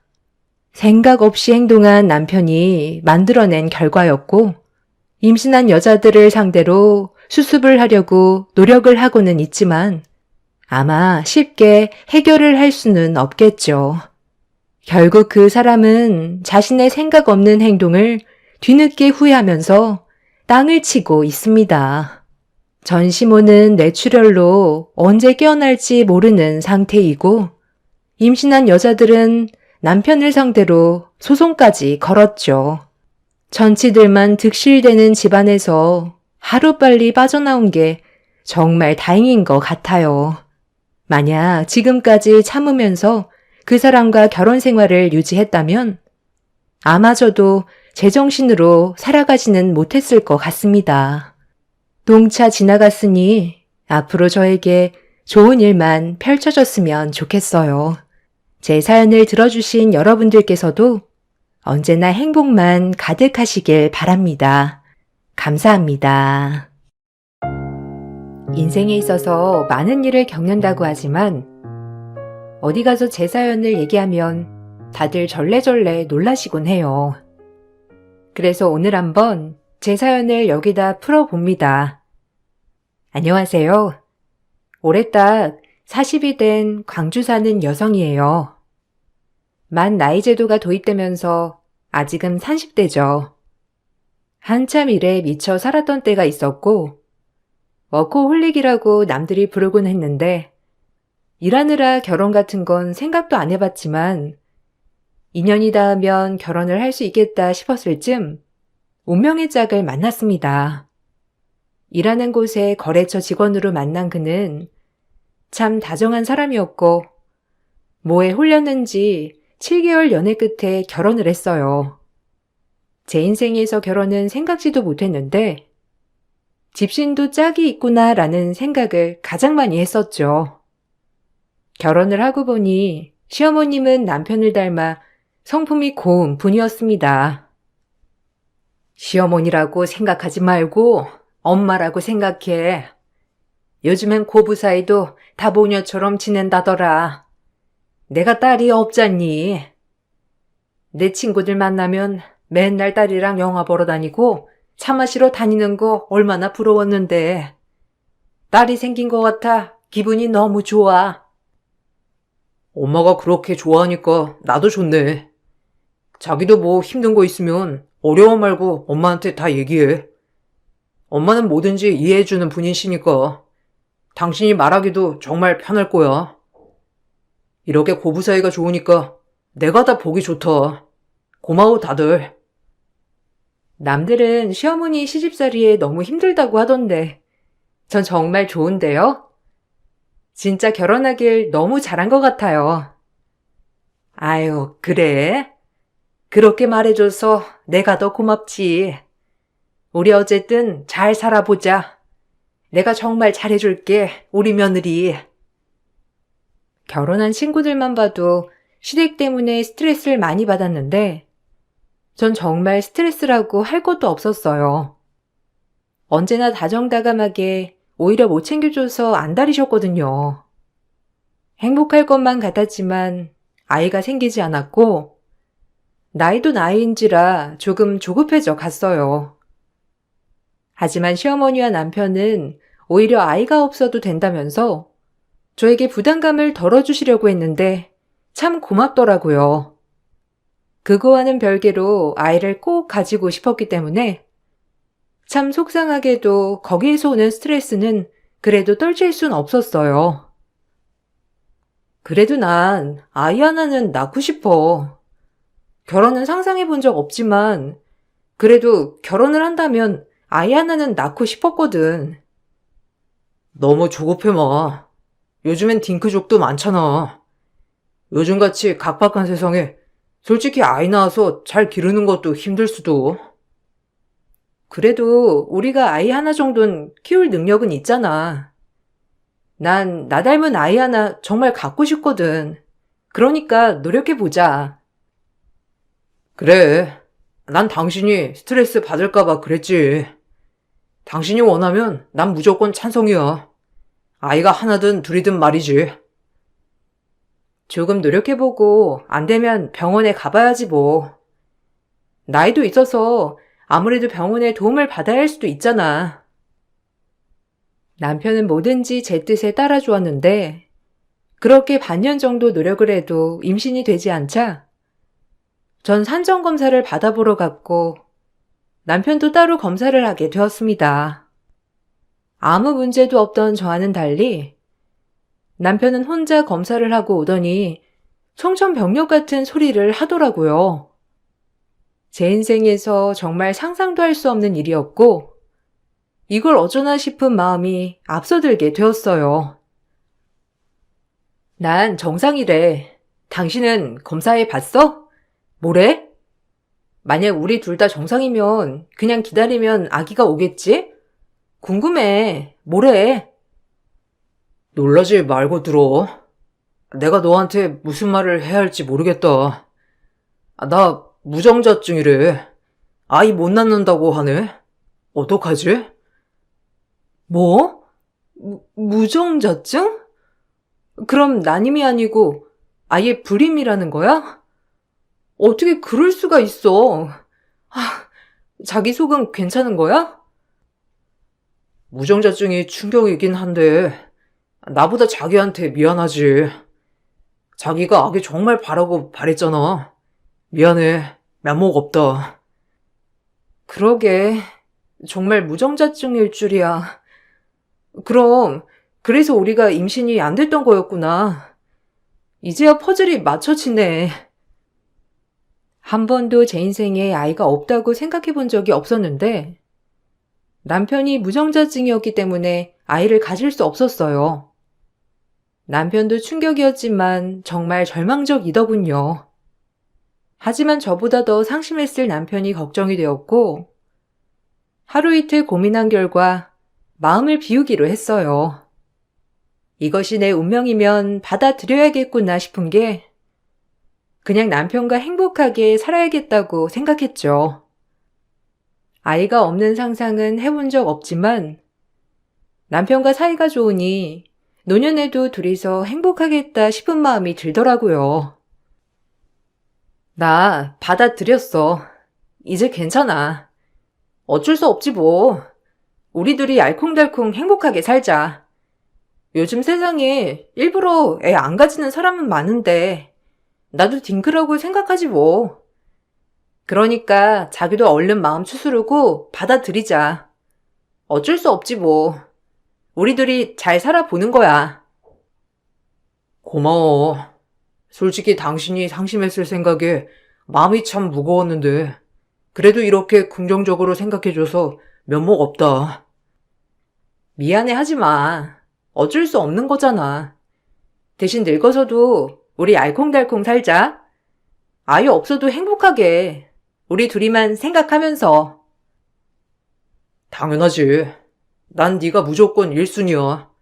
아이가 있어도 변함 없었겠지만 그래도 이렇게 마음 먹어줘서 너무 고마워. 미안해하는 남편에게 부담을 주고 싶지 않아 밝은 척을 하였고 이 소식을 접한 시어머니께서는 저희를 호출하여 방법을 하나 제시하셨는데 사실 조금 부담스러운 방법이더라고요. 하지만 남편의 긍정적인 모습에 또 고민을 하게 되었어요. 다 들었다. 아휴, 내가 너한테 면목 없다 정말. 그래서 내가 생각해봤는데 요새 얼마나 불쌍한 애들이 많니? 괜찮으면 아이 하나 입양해서 키우는 게 어때? 좋은 일 한다고 생각하고 말이야. 아마 어쩌면 아이가 없는 게 이렇게 좋은 일 하라고 그랬나 보다. 내 주변에도 입양 가정이 있는데 얼마나 좋은지 몰라. 가슴으로 낳는 게 더 와닿는 데잖니. 나도 입양 같은 거 생각해 보긴 했는데 자기는 어때? 난 진짜 완전 찬성이야. 자기도 애 하나쯤은 키우고 싶어 했잖아. 입양? 한 번도 생각해 본 적이 없어서 잘 모르겠네. 일단 생각은 해볼게요. 이게 쉬운 문제도 아니니까 고민을 좀. 고민할 게 뭐가 있어. 원래 내가 낳지 않았어도 키우다 보면 다 엄마가 되는 거다. 엄마란 게 별거 있는 줄 아니? 어차피 아이 못 가지는데 입양하자. 나 진짜 좋은 아빠가 될 자신이 있어. 정말로. 자기만 허락한다면 바로 가능해. 그래도 강아지 입양하는 것도 아니고 평생 우리가 책임져야 할 아이를 입양하는 건데 고민은 무조건 필요하지.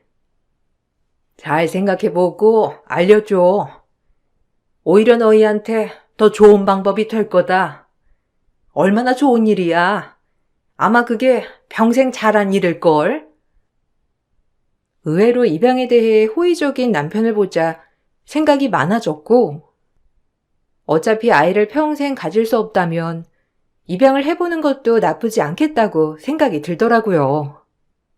그렇게 저흰 입양을 하였는데, 시어머니가 보육원 봉사를 다니다 눈에 띄는 아이가 있다 하여 추천해줬고, 그 아이를 보자 저 역시도 마음의 문이 열렸습니다. 6살쯤 돼 보이는 여자아이였는데 어찌나 맑고 예쁜지 입양을 왜 하는지 알겠더랬죠. 전 그렇게 그 아이의 엄마가 되었고 하루하루가 벅차고 의미 있는 나날이었어요. 이런 게 가슴으로 낳은 정이구나 싶은 게 정말 예쁘다고 생각했고 그 아이를 위해서라면 뭐든지 다 해줄 수 있는 마음이었죠. 오늘 우리 딸이랑 놀이공원 갔다 오려는데 자기가 도시락 좀 싸줘. 우리 엄마한테 도시락 싸달라고 하자. 응, 좋아. 엄마, 소시지랑 유부초밥 해줘요. 나 먹고 싶어. 아빠랑 놀이공원 다녀왔다고 친구들한테 자랑해야지. 우리 딸 그렇게 좋아? 알겠어. 엄마가 맛있는 거 잔뜩 해줄게. 자기도 오히려 예원이가 집에 오니까 더 활기찬 것 같아. 그럼 공기가 다르다. 우리들이 살 때도 좋았는데 예원이 있고 나서부터 오히려 집안이 밝아진 것 같아서 너무 좋아. 말이라고 하니? 예원이가 있으니 분위기부터 다르지 않니? 이러니까 정말 사람 사는 것 같고 너무 좋다. 어머님이랑 당신도 이렇게 좋아하니까 나도 참 좋네. 예원이도 너무 예쁘고 어떻게 보면 이런 게 내 운명이겠지. 입양을 고민했던 게 무색할 만큼 행복했고 남편 또한 이렇게 밝은 사람이었구나라고 느끼게 됐었죠. 내 아이가 아니라도 이렇게 마음으로 품으면 내 자식이 되겠구나 싶은 나날이었습니다. 그 일이 있기 전까지요. 어느 날 남편과 저, 예원이 이렇게 장을 보러 마트를 갔었던 날이었는데 우연히 남편 후배와 후배 와이프를 만나게 되었고 당황하는 남편이 이상했어요. 선배. 여기서 다 만나네요. 우리 안 본 지 얼마나 됐나? 와, 선배 결혼하고 거의 처음 보는 거 아닌가요? 저 발령받았어요. 아마 선배랑 다시 근무할 것 같은데 이렇게 미리 만나게 되니까 진짜 좋다. 저 많이 챙겨주세요. 그래. 오랜만이다. 우리가 바빠서 그렇거든. 나중에 연락하자. 내가 연락할게. 자식, 여기 사는구나. 아, 우리 결혼식에 오셨던 분이야? 어머, 안녕하세요. 이 사람 와이프예요. 이런 데서 우연히 만나네요. 예? 예. 형수님, 외모가 많이 바뀌신 것 같은데, 아닌가? 제가 눈썰미 하나는 끝내주거든요. 애도 많이 컸네. 아주 아빠랑 판박인데? 와, 선배는 좋겠어요. 이렇게 아름다우신 형수님이랑 예쁜 딸아이랑 안 먹어도 배부르겠네요. 네가 눈썰미가 좋아. 눈썰미 꽝이면서. 일단 우리가 좀 바빠서 그렇거든. 나중에 연락할게. 나중에 봐.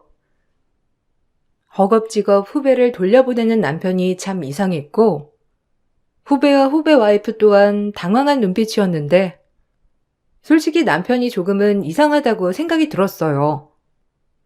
남편에게 어떻게 된 거냐 물으니, 남편은 아무렇지 않게 원래가 실없는 놈이라며 말하더라고요. 그 후배라는 사람이 당신이랑 예원이 참 많이도 닮았다고 하네? 그래서 그런지 자기랑 진짜 많이 닮은 것 같아. 아, 뭐, 가슴으로 나왔으니 닮아 보일 수도 있지. 그리고 자기랑도 많이 닮았어. 이래서 점차 가족이 되는 건가 봐. 그런가? 그래도 그 후배라는 사람 그렇게 나빠 보이진 않던데. 잘 지내봐. 우리 결혼식에도 온 것 같더라. 내가 화장한 거랑 안 한 거랑 너무 달라서 날 못 알아봤나 봐. 너무 웃기지? 앞으로 화장 좀 하고 다녀야겠어. 아우, 창피해 정말. 뭐, 내 눈엔 똑같지. 그러니까 그렇게 눈치 없는 애라니까. 그냥 안 엮이는 게 제일 깔끔해. 그런 놈이랑은. 내 뜻 알지? 남편의 말에 그냥 그런가 보다 했고, 사람마다 성향이 다르니 그냥 그런 사람이구나 싶었죠. 그리고 분리수거를 하러 나갔는데, 마트에서 만난 후배 와이프를 만났어요. 참 친근하게 다가오는 후배 와이프의 성격이 너무 좋아 보이더라고요. 결혼 후 저 역시 이사 오고 나서 친구가 없던 찰나에 후배 와이프를 만나니 정말 반가웠고 살갑게 대해주는 게 참 좋았어요.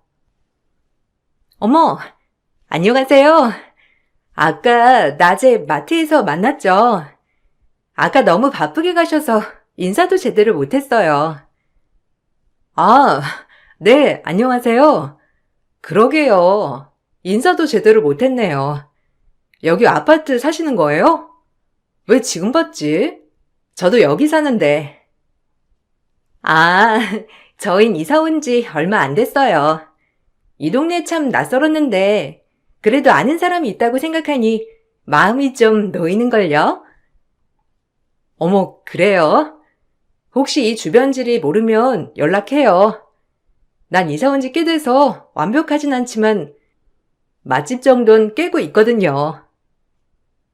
아, 정말요? 언니라고 불러도 되죠? 언니 잘 따라다녀야 되겠다. 남편도 이 도시로 발령나면서 아마 언니 남편분이랑 같이 다시 회사에서 만나게 되려나 보더라고요. 우리 잘 지내봐요. 남편들끼리도 아는 사이니까 정말 좋을 것 같아요, 언니. 저희는 그렇게 친구가 되었고, 나이 차이도 얼마 나지 않아서 동생처럼 살갑게 구는 후배 와이프가 참 좋았거든요. 하지만 웬일인지 남편은 제가 후배 와이프와 친하게 지내는 게 정말 싫은 눈치였고, 가까이 하지 않았으면 하더라고요. 그럼에도 본인은 후배와 같은 회사라 어쩔 수 없이 어울려야 한다고 했지만, 제가 그 부부랑 엮이는 건 질색하며 싫어했습니다.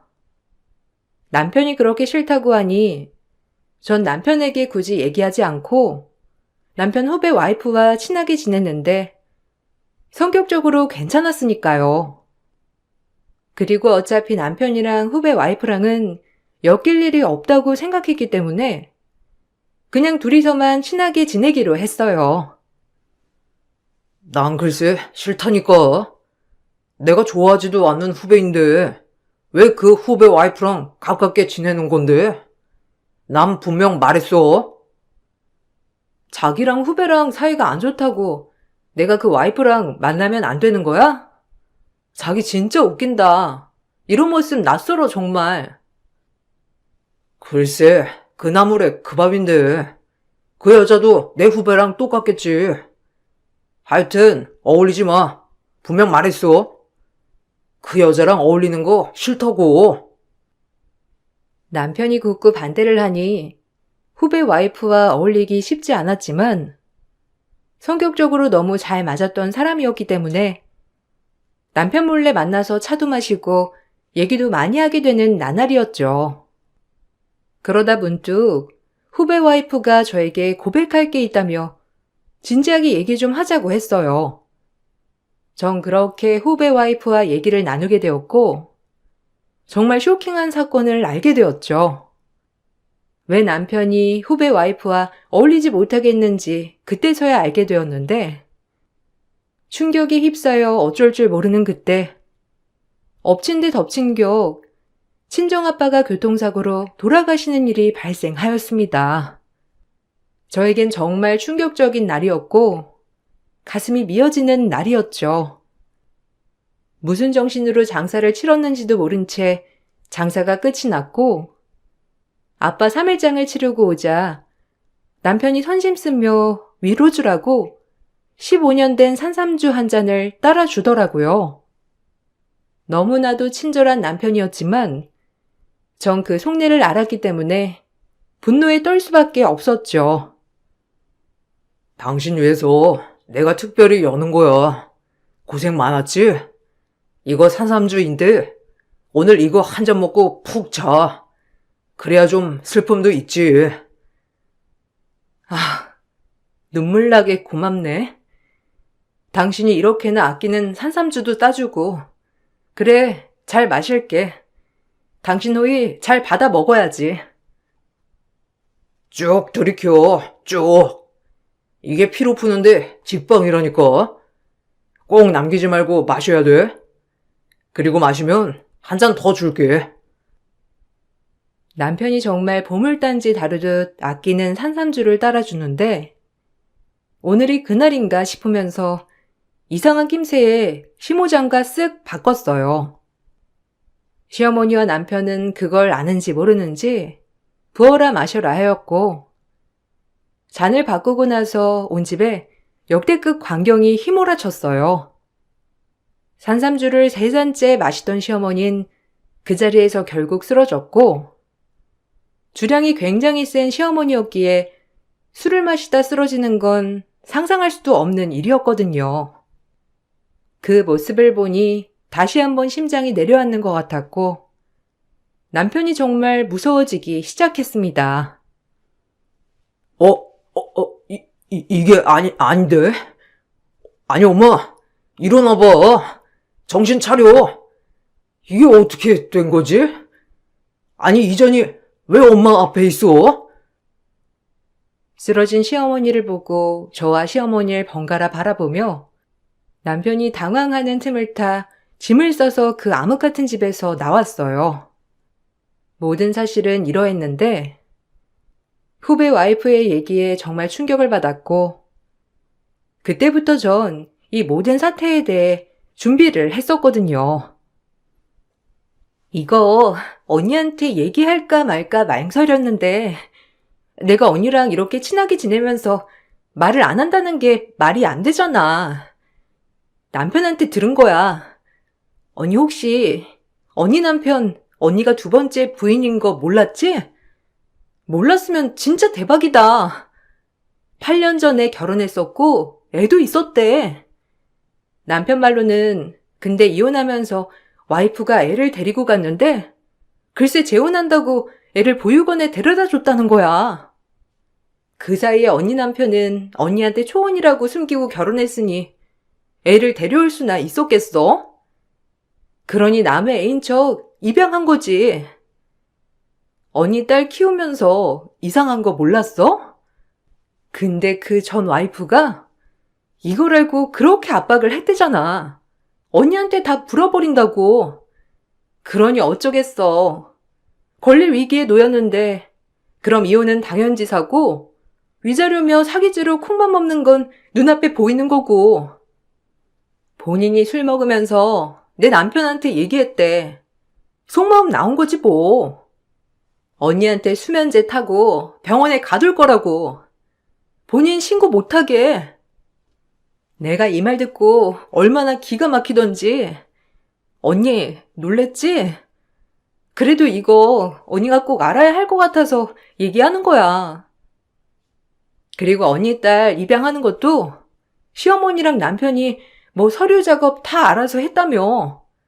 확인도 안 했어? 입양은 무슨 입양이야. 그냥 호적에 원래도 올라가 있던 딸이었다며. 하여튼 나도 진짜 남편한테 듣고 쇼킹이라 언니한테 말하는 것도 심장 떨려. 뭐? 그게 말이 돼? 그리고 날 정신병원에 어떻게 보낸다는 거야? 내가 이렇게 멀쩡한데 너 이 말이 다 사실이야? 난 그냥 남편이랑 시어머니가 신경 쓰지 말라고 애만 예뻐하라고 해서 그런 줄 알았지. 아니 일단 나 정신 좀 차려야 할 것 같아. 혹시라도 이게 문제되면 네 남편 증인 서줄 수 있어? 나 진짜 지금 손 돌리고 네 말 사실이면 절대 용서할 수 없을 것 같아. 당연히 되지. 언니 생각해서 얘기하는 거야. 남편도 선배 그렇게 안 봤다고 진짜 무서운 사람이라더라. 그 언니 딸 있잖아. 딸 시켜서 언니가 딸 괴롭히고 손찌검했다고 할 거래. 딸이랑 벌써 병원 가서 진단서도 미리 다 끊어놨다는데? 사람들이 어쩜 그래? 그리고 애초에 전처랑 살 때 정관 수술도 했다던데. 이걸 술 취해서 주절주절 내 남편한테 다 얘기한 거 있지? 조심해 언니. 후배 와이프가 해준 얘기였는데 전 이 말을 듣자마자 내 눈으로 확인해야 했기에 남편의 머리카락과 딸아이의 머리카락을 유전자 검사를 했었고 결과는 99% 일치였어요. 후배 와이프가 했던 얘기가 똑같이 일치했습니다. 이 잡것들을 어떻게 할까 싶었고 절 정신병원에 보낼 생각까지 하는 남편이었기에 남편이 주는 모든 걸 먹기 무섭더라고요. 그러다 아빠가 돌아가시게 된 거고 남편은 그걸 틈타 저에게 위로한답시고 산삼주를 주었던 거예요. 그걸 먹고 잠들면 배우자 동의하에 절 병원에 넣으려고 하는 계획이었고요. 그저 전처가 다 불어버리겠다는 이 상황을 모면하려고 이런 무서운 짓을 계획했다는 것에 충격이었고 그렇게 제가 좋아하던 시어머니마저 한파였다는 것이 정말 더 참을 수 없이 괴로웠어요. 그리고 저에게 용서를 비는 시도조차 하지 않고 그저 절 입막음하고 병원에 넣을 생각밖에 안 했다는 남편을 보니 절 사랑한 것이 아니라 그저 본인의 딸을 키워줄 엄마가 필요한 생각이 들었어요. 이게 다 무산이 될 것 같자 절 치워버리겠다는 심산이 분명했고요. 당신, 왜 이렇게 연락이 안 돼? 집에도 안 들어오고. 아버님 돌아가신 게 충격인 건 알겠는데, 그래도 나한테 연락은 해야지. 연락? 양심 없는 놈. 멀쩡한 척 초혼이라고 속이니 기분 좋니? 예원이도 네 친딸이라며? 다 확인했어. 법원에서 소장 날아갈 거야. 이 모든 사실을 차라리 얘기해주고 용서를 빌었다면 이런 꼴은 안 봤을 텐데. 지 잘못은 모르고 날 가둘 심산이었다 이거지? 법원에서 보자고. 당신이랑 단둘이 만나서 얘기할 일 절대 없을 거니까. 내가 이런 남자를 믿었다니 미쳤지. 뭐? 아니, 꿈꿨어? 무슨 헛소리야. 내가 당신을 병원에 왜 가둬? 오해가 있었나 본데 일단 집으로 들어와서 얘기하자. 병원이라고 얘기한 적 없는데? 웬 병원? 거봐, 당신의 본심이지 그게. 됐고, 내가 무슨 꼴을 당하려고 그 집에 들어가. 그날 산산주에 수면제 탔잖아. 어머니 먹고 바로 쓰러지는 거 봤어. 그리고 날 병원에 넣으려고 했겠다. 어디 한번 끝까지 가보자고. 그리고 무정자증? 애초에 너만 병원 보낸 게 잘못이지. 정관 수술해놓고 어디서 나한테 무정자증이라고 속여?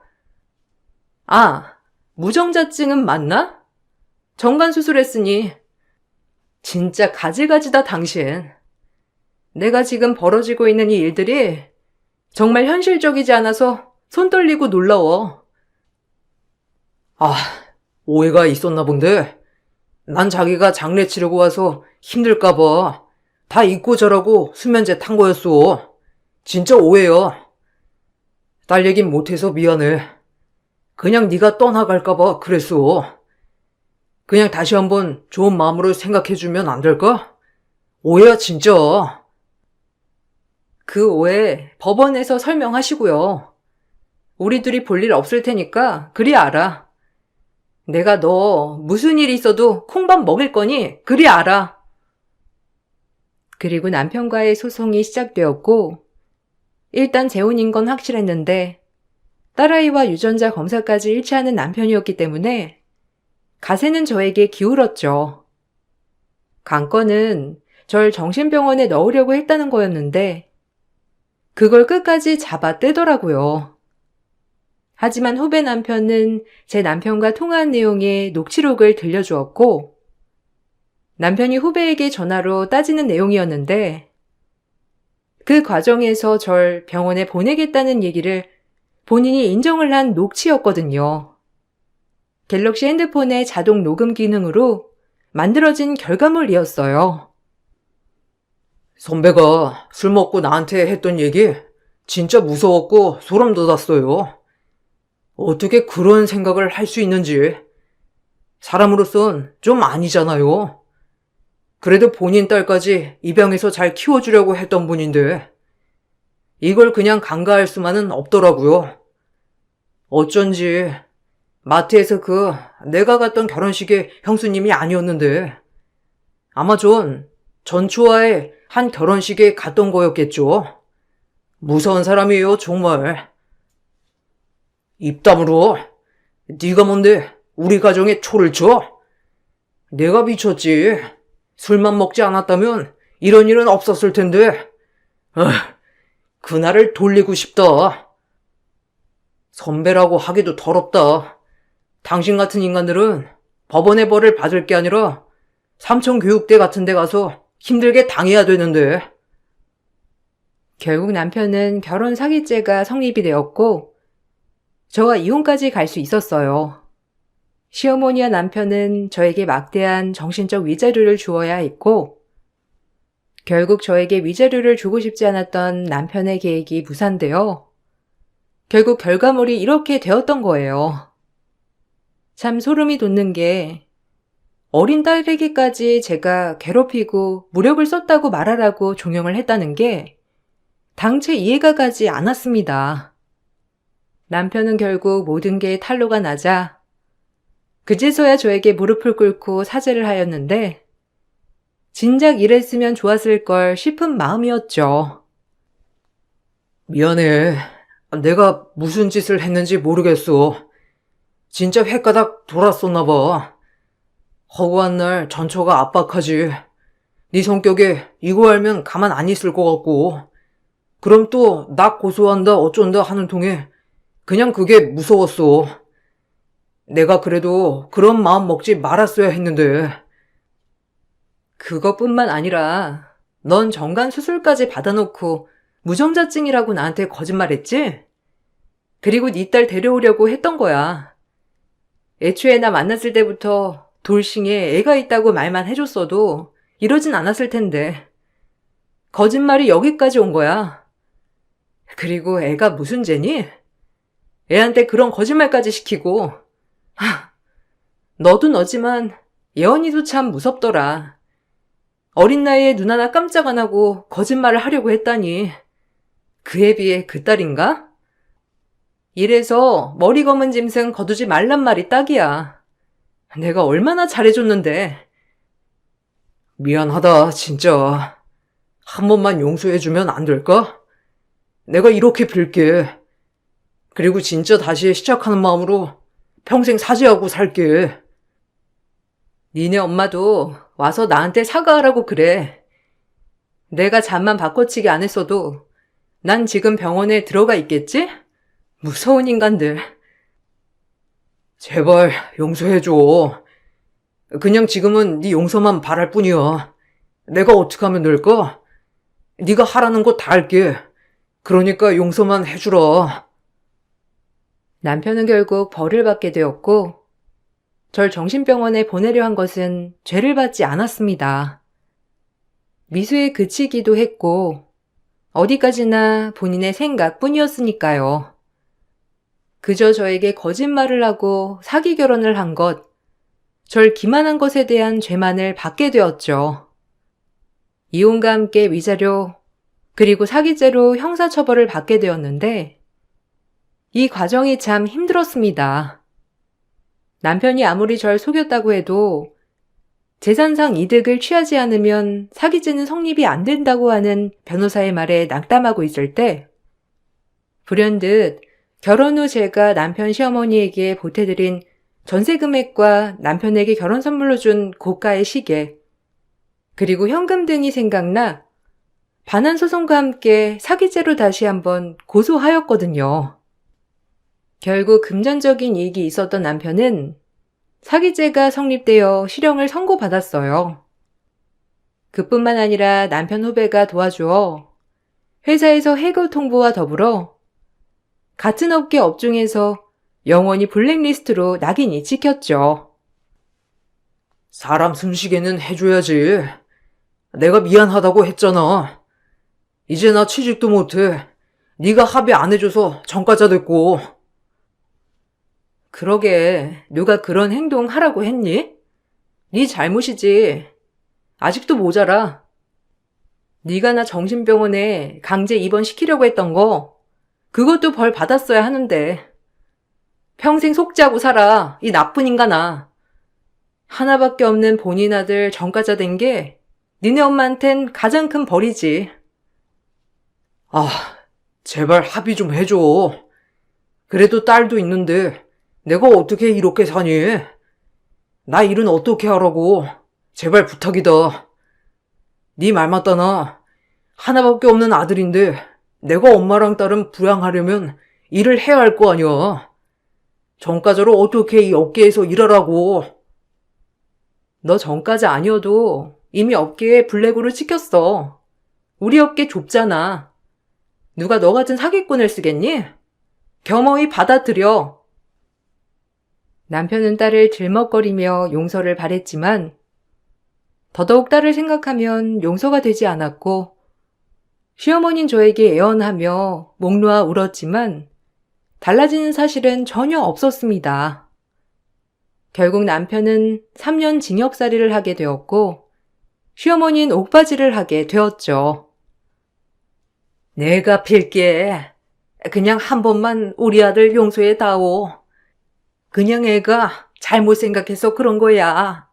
우리 아들이 마음만은 따뜻한 거 알잖니. 마음 따뜻한 사람이 애초에 돌싱인 걸 작정하고 숨기고 저랑 결혼했을까요? 아니, 어머님도 문제죠.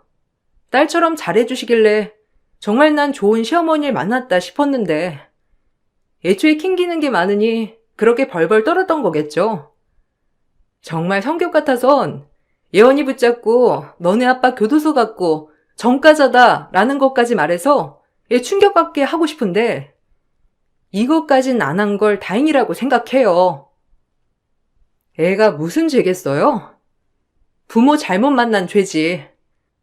그나마 조금이라도 제가 키운 정이 있으니 여기까지 한다고 생각해요. 당신들이 애 시켜서 내가 괴롭혔다고 정신병이 있다고 말하라고 했단 거 모르는 거 아니지만 애 생각해서 이건 묻어뒀으니까 감사히 여기라고요. 아유, 내가 잘못했다. 내가 어른으로서 어른답지 못했어. 애초에 아들한테 솔직하게 얘기하라고 했어야 했는데 거기에 휘둘려서 같이 장단을 맞췄으니 결국 이 꼴이 났지. 아유, 내 팔자야. 아이고 늙음하게 아들 옥바라지, 손주딸 뒷바라지 얘. 애초에 저에게 모든 걸 털어놨다면 교도소까지 갈 일은 없었을 텐데 참 미련하죠? 아직도 제가 겪어온 일이 정말 실감이 나지 않습니다. 법정에서 남편과 한참 소송을 할 때 너무 정신이 없기도 했고 정말 후다닥 지나간 것 같아요. 그 덕분에 돌아가신 아빠를 잘 보내드리지 못한 것 같아 두고두고 마음이 쓰였지만 돌이켜 생각해보니 아빠를 잃고 정말 마음이 찢어지고 억장이 무너졌는데 이 일 때문에 조금이나마 슬픔을 잊었던 것 같아요. 최악의 사건이 발생하니 눈물을 흘릴 시간조차 없었거든요. 그저 저 나쁜 인간들을 버려야겠다는 생각밖엔 없었으니까요. 모든 게 마무리될 때 그제야 전 제 아픔을 돌아보고 돌아가신 아빠를 정말 많이 애도했어요. 그리고 꼭 잘 사는 모습을 보여주겠다고 다짐했고 5년이 지난 지금 전 좋은 남편을 만나 재혼을 하고 아이까지 낳았답니다. 이제야 이렇게 글로 털어버릴 수 있을 정도로 많이 행복해졌어요. 지금 남편은 하나의 거짓도 없이 순수하고 맑은 사람이고 오히려 아빠처럼 절 다독여주고 챙겨주는 사람이죠. 남편 덕분에 많이 밝아졌고 그때의 트라우마에서 벗어날 수 있었어요. 살면서 사연 없는 사람 없다지만 이렇게 익명의 힘을 빌려 글을 쓰고 나니 오히려 과거를 더 털어버리는 것 같아 마음이 가볍습니다. 한 번뿐인 인생 참 많은 걸 경험했다고 생각하려고요. 여러분들 혹시나마 제 글을 들으시고 위로받으셨음 해요. 저도 이렇게 지금은 잘 살아내고 있으니 안 좋은 일을 겪으신 분들도 미래는 희망차다는 걸 알고 계셨음 합니다. 그럼 이만 글을 마칠게요.